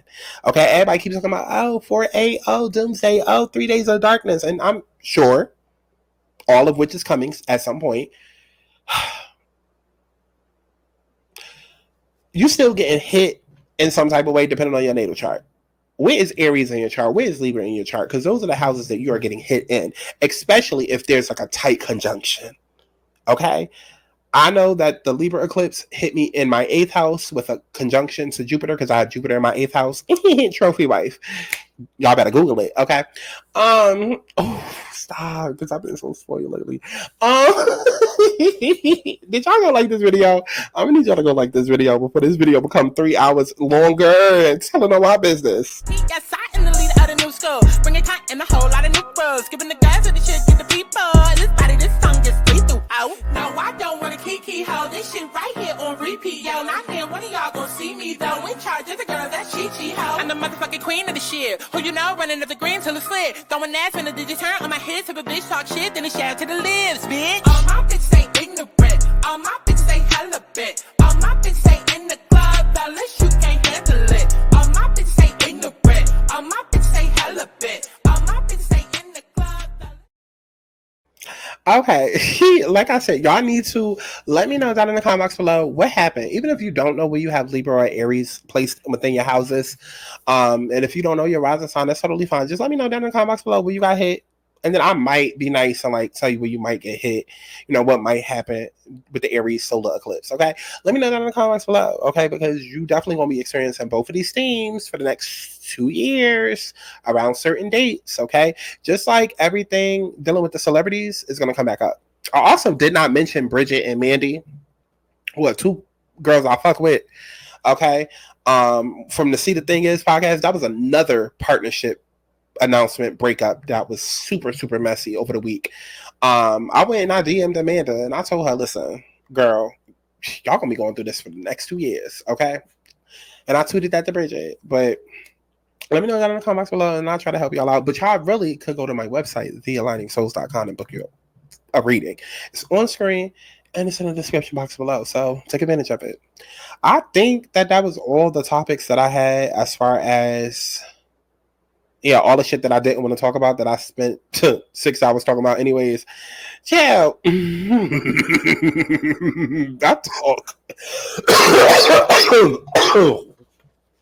I talk entirely too fucking much. Too fucking much. I thought this video was going to be like a good 30 minutes. Girl. Yeah. Listen. Oh. Beyonce giving yeehaw. And I listened to that album. I was like, B-naw. Listen. Anyways, let me go before I get canceled. Like this video. Thumbs it up. If I didn't say it, then it wasn't said. But if I said it, then girl, take heed and listen. Take notes, okay? If I didn't say it, then it wasn't said. But if I said it, baby, take notes. Because I'm always right. Always right. Go to my website, thealonasouls.com to book your reading. And if you made it to the end of this video and then have to skip ahead, I love you. And there ain't nothing alleged about that. I love you. Because this type of video is not for everybody. And I know some people gonna try to skip around and just go to the different, you know, but that's how you be missing shit, child. If you just go to the timestamps, you might miss what I said in between the timestamps. Okay, it could have been a joke. It could have been me. Who does? I gotta go. Y'all two in my business. Universal bad bitch, everybody language, everybody knows she the mud bad.